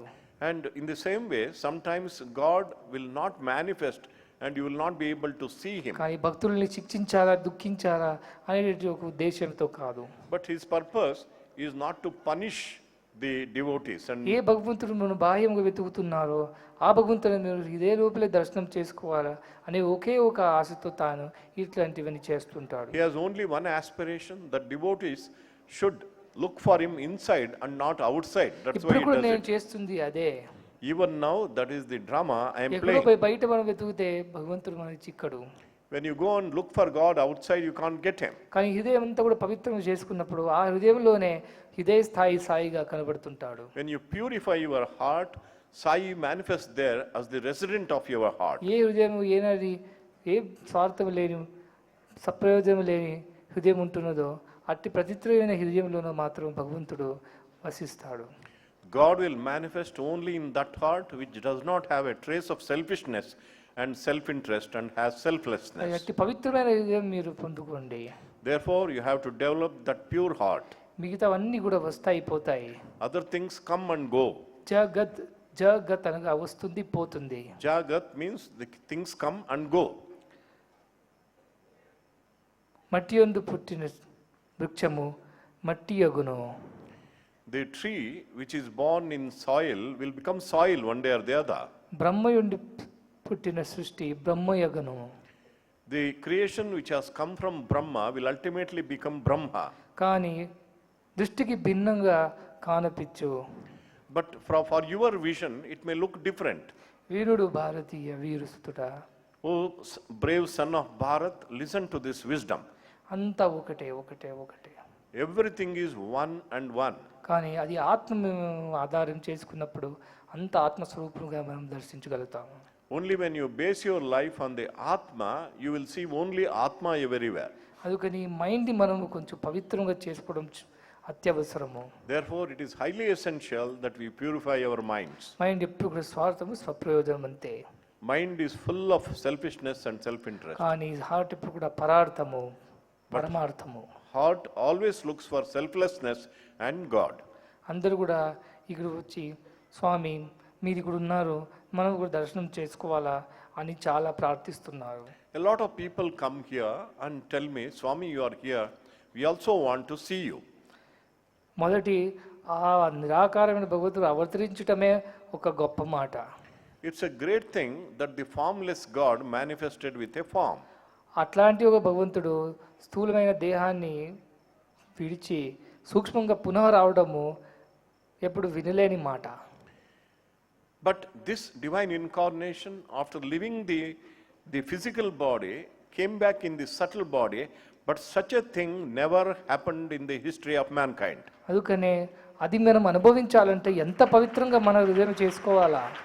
If you want to experience this wonderful phenomenon, how much pure your heart should be.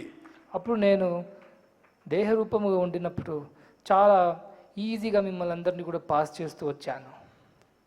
When I was in the physical body, even a very ignorant students, I kept them passing. ఇంతో అంతో వాళ్ళ భక్తితో వచ్చినప్పటికీ నేను వాళ్ళకి నా దర్శన భాగం ఇచ్చి అందరినీ కూడా దీవిస్తూ వచ్చాను. Even when they came with very little devotion, I granted them my darshan and blessed them. కానీ ఇప్పుడు పవిత్రమైన హృదయంతో ఉండే మాత్రమే ఈ దర్శనము భాషణము స్పర్శనము కలుగుతుంది. But now only for those people with absolutely pure hearts, they can have the darshan, sparshan and sambhashan. గోపికులు ఎప్పుడు మనకు వేరే ఏమి వద్దు, మాకు కృష్ణ కూడా ఉంటే చాలు అనుకున్నారు. అప్పుడు ఆయన కృష్ణుడు వాళ్ళకు చిక్కినాడు. When Gopikas, the cowherd girls, prayed to Krishna, we want you alone and nothing else, only then they could get Krishna. నాకు నువ్వు కూడా కావాలని చెప్పలేదు, నాకు నువ్వే కావాలని వాళ్ళు చెప్పారు. They did not say, we want you also. They said, we want only you. ఇది కూడా కావాలి, సంసారము కావాలా, కుటుంబం కావాలి, అన్నీ కావాలా, భగవంతుడు కావాలనుకున్నప్పుడు ఏమాత్రం భగవంతుడు మనకు అందకూడదు. When you want this world, you want everything in this world, and then you want God also, you can't get God. అవి భగవంతుడు మాత్రం దొరికితే చాలు అనుకుంటే అప్పుడు మనకు అన్నీ కూడా చిక్కుతాయి. Only when you feel, I want only God, definitely you will get God and everything else. కానీ ఈ మనస్సు అనేది మీకు పడిస్తుంటుంది. Mind keeps frightening you all the time. ఈ భగవంతుడు దిగితే ఇదంతా కూడా పోతుందని ఒక విధమైన ఒక అభిప్రాయము. The mind thinks when you get God, you will lose everything else. కాదు కాదు, సత్యమే కాదు. That is not the truth at all. భగవంతుడు కూడా మనకు చిక్కితే అన్ని కూడా భగవంతుడు సర్వము చిక్కుతుంది మనం. When you get God, you will get everything else. అలాగే ఐ వాంట్ ఓన్లీ గాడ్ అని మీరు ప్రార్థించాలి. Therefore, you should pray, I want only God. Not I want also God. You should not pray, I want also God. I want only God. I want only God. Only God, only God, only God. I want only God and only ఆ God. విధంగా మీరు మనస్ఫూర్తిగా ప్రార్థించినప్పుడు తప్పకుండా God మీ వెంటనే వస్తాడు. When you with your wholeheartedly you pray like that, God will always be behind you. అందుకనే వేరే విధమైన యోచనలు ఉంచకుండా మనసంతా కూడా పవిత్రమైన భావనలతో నింపుకొని భగవంతుడు మాత్రం నాకు కావాలా, వేరే ఏమి నాకు వద్దు అని మీరు ప్రార్థించితే తప్పకుండా భగవంతుడు మీకు చిక్కుతాడు. If you remove everything else from the mind, fill your mind only with the thoughts of God, when you pray, I want only God, definitely you will be able to attain God. ఈ సంస్థలందు కూడా నడిపించే వాళ్ళు చాలా పుణ్యవంతులు. Those people who are managing these institutions are men of great merit and punya. వాళ్ళకి ఒక స్వామి కావాలని మాత్రం ఉంది, కానీ ఇది కావాలి అది కావాలనేటివి చిన్నతనం లేదు. They don't have any narrow mindedness. They want only Swami and nothing Swamy else. మాత్రం ఉంటే మనకు చాలు. Only Swami is enough for us. అందుకనే వాళ్ళకు స్వామి చిక్కాడు. That is why they found Swami. అన్నిటికీ నేను ఎస్ ఎస్ ఎస్ అంటుంటాను. I always keep saying yes for everything. నాకు ధనము కావాలంటే yes. If you want money, yes. నాకు బిడ్డలు కావాలంటే కూడా yes. If you want children, yes. నాకు పేరు ప్రతిష్టలు కావాలంటే కూడా yes. If you want name and fame, yes. కానీ నాకు నువ్వే కావాలంటే దానికి కూడా yes. If people tell me, Swami, we want only you, even for that I say yes. మీరు భగవంతుడు నాకు మాత్రం కావాలనుకుంటే తప్పకుండా భగవంతుడు మీకు చిక్కుతాడు. Therefore, if you want only God, you will definitely get God. ఈయన ఎంతో చాలా ప్రేమతో గోపిక గురించి చెప్తున్నాడు, కానీ వాళ్ళ ప్రేమ ఎవరికి అర్థం కాదు. Badri is coming here and expounding the wonderful love of gopis for Krishna, but nobody can understand their love. ఆ ప్రేమ ఎట్లాంటిది అనేది చాలా ఒక పవిత్రమైన ప్రేమ. That is an absolutely pure love. వాళ్ళకు కృష్ణుడు మాత్రమే కావాలనే ఒకే ఒక యోచన ఉండదు, కానీ వేరే ఏవి దానిపైన వాళ్ళు మనసు పెట్టలేదు. They wanted only Krishna and their mind was full of Krishna. The mind was bereft of anything else. వాళ్ళకి ఏ విధమైన కూడా సంసారికమైన సంబంధం లేకపోయినా కృష్ణుడికి ఆత్మ సంబంధం పెంచిన వల్ల ఈ దినము కూడా మనము వాళ్ళ గురించి మాట్లాడుకుంటున్నాము. Just because the Gopikas loved Krishna so dearly, they did not have any worldly wealth or worldly glory. Even today we are talking of them because of their great devotion. పిల్లలారా, మీరు కూడా రేపటి దినము పెరిగి బాగా చదువులన్నీ చదివి ఏదో ఒక పెద్ద పదవులన్నీ పొంది పెద్దవాళ్ళు అయిపోతారు. My dear students, tomorrow you will become very educated people and get big jobs and become big people.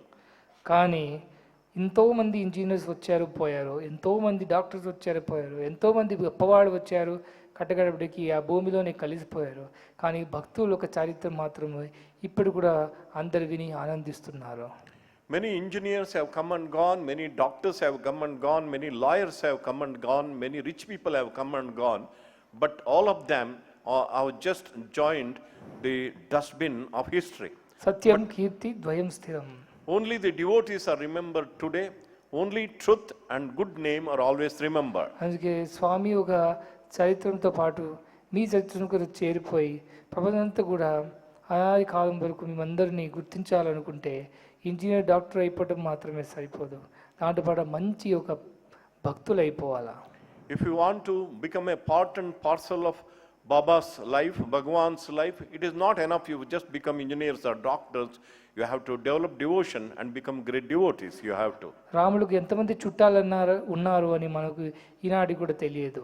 Even today we do not know who are the relatives, what is the number of relatives that Rama had. కానీ ఇంతమంది వానర సేన వల్ల తాను ఇంత సైతు కట్టగలిగాడు, ఆ ఒక యుద్ధం గెలగలిగాడు అని మాత్రం మనము ఈనాటి కూడా స్మరిస్తున్నాము. But even today we remember with the help of monkeys he could build a bridge across the ocean.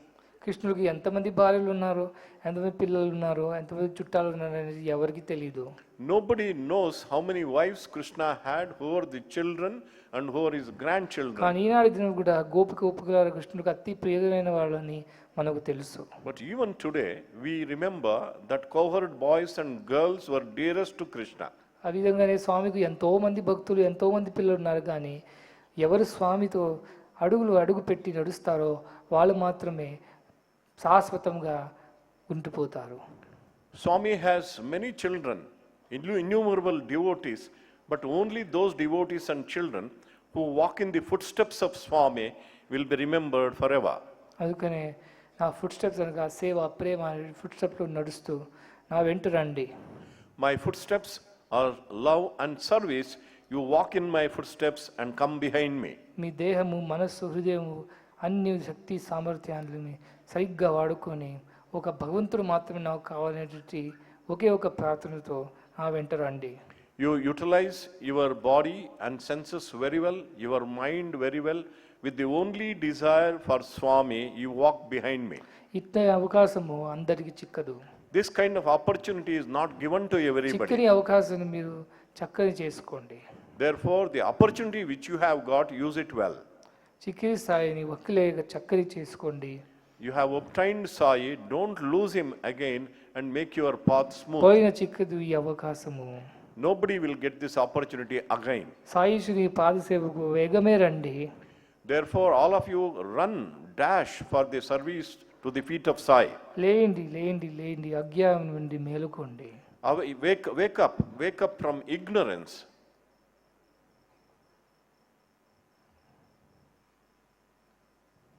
Love is my form.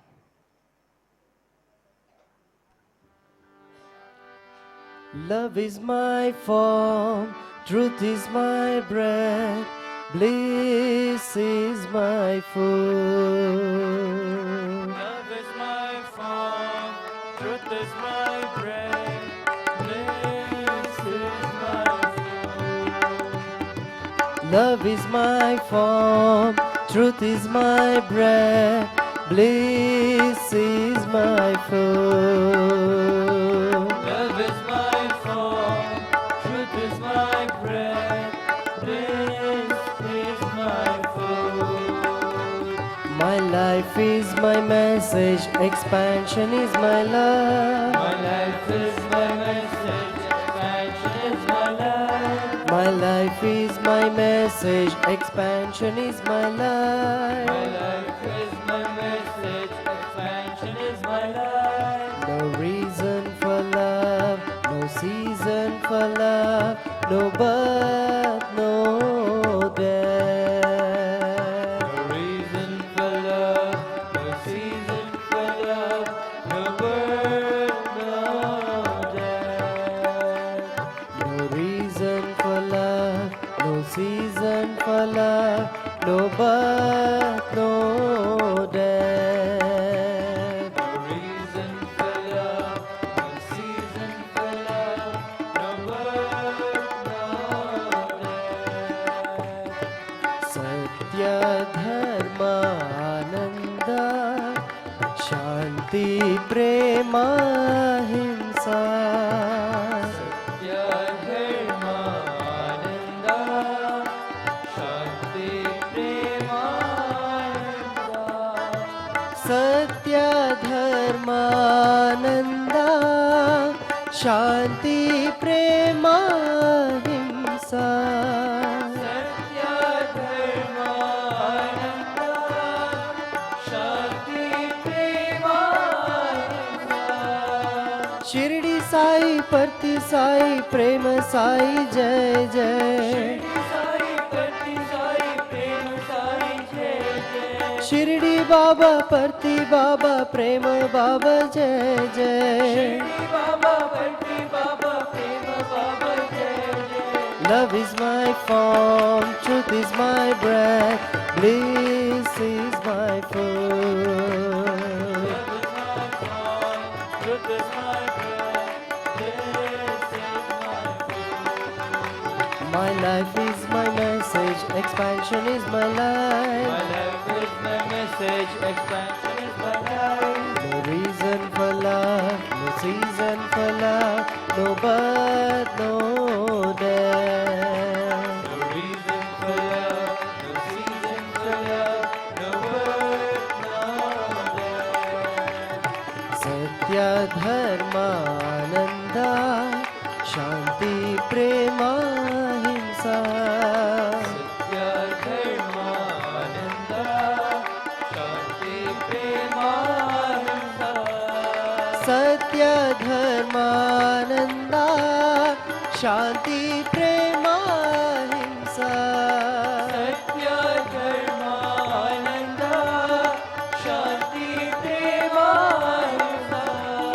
Shirdi Sai Parti Sai Prem Sai Jai Jai. Shirdi Sai Parti Sai Prem Sai Jai Jai. Shirdi Baba Parti Baba Prem Baba Jai Jai. Shirdi Baba Parti Baba Prem Baba Jai Jai. Love is my form, truth is my breath, bliss is my food. Love is my form, truth is my breath, bliss is my food. Love is my form, truth is my breath, bliss is my food. Love is my form, truth is my breath, bliss is my food. Love is my form, truth is my breath, bliss is my food.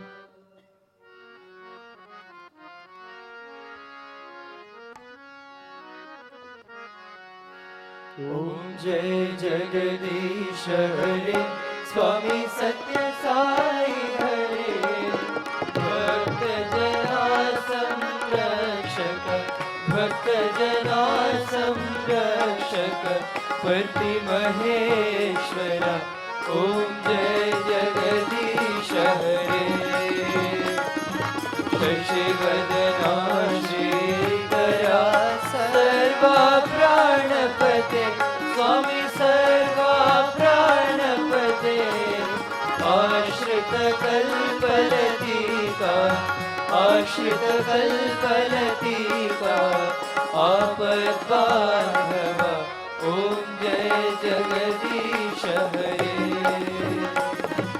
Mata Pita Guru Daivam Mariyantayu Nive, Swami Mariyantayu Nive, Nada Brahma Jagannatha,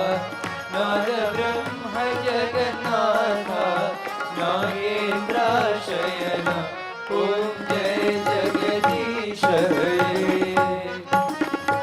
Om Tara Rupa Ojashvi O Sai Mahadeva Sathya Sai Mahadeva. Mangala Aarti Andukho Mangala Aarti Andukho Mangala Giridhari. Om Jai Jagadish Hare.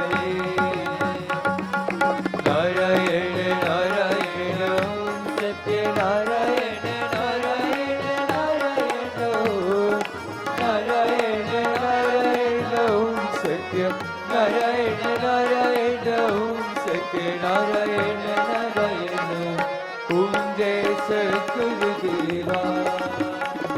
Narayana Narayana Om Satya Narayana Narayana Narayana Om Narayana Narayana Om Satya Narayana Narayana Om Satya Narayana Narayana Om Jai Satgurudeva.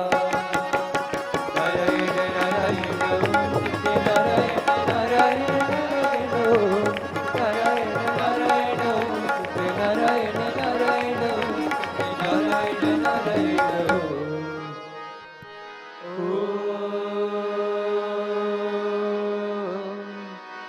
Jai Satgurudeva.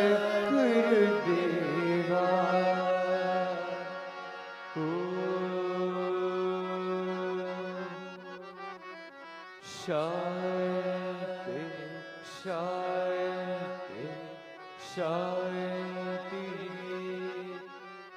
समस्त लोका सुखिनो भवन्तु. समस्त लोका सुखिनो भवन्तु.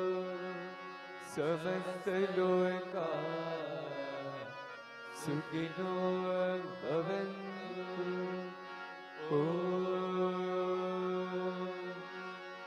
शान्ति शान्ति शान्ति.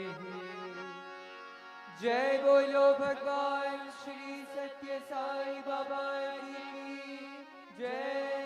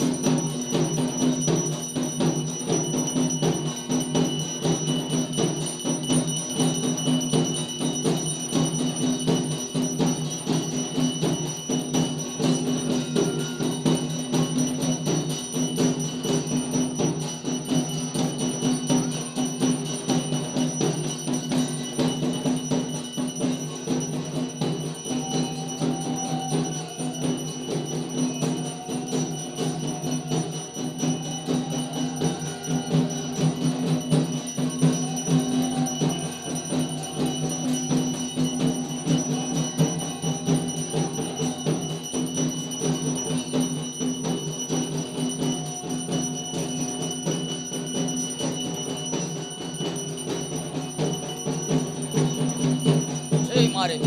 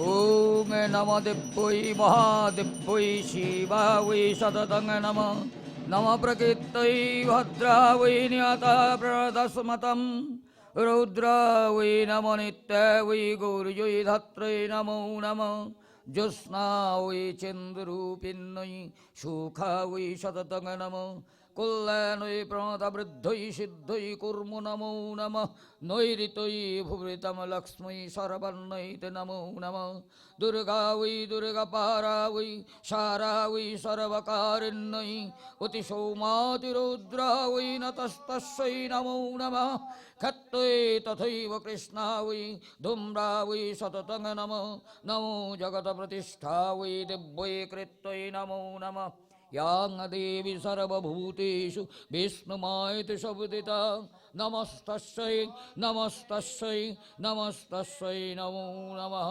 या देवी सर्वभूतेषु चेतनित्यभिधीयते नमस्तस्यै नमस्तस्यै नमस्तस्यै नमो नमः या देवी सर्वभूतेषु बुद्धिरूपेण संस्थिता नमस्तस्यै नमस्तस्यै नमस्तस्यै नमो नमः या देवी सर्वभूतेषु निद्रारूपेण संस्थिता नमस्तस्यै नमस्तस्यै नमस्तस्यै नमो नमः या देवी सर्वभूतेषु क्षुधारूपेण संस्थिता नमस्तस्यै नमस्तस्यै नमस्तस्यै नमो नमः या देवी सर्वभूतेषु छायारूपेण संस्थिता नमस्तस्यै नमस्तस्यै नमस्तस्यै नमो नमः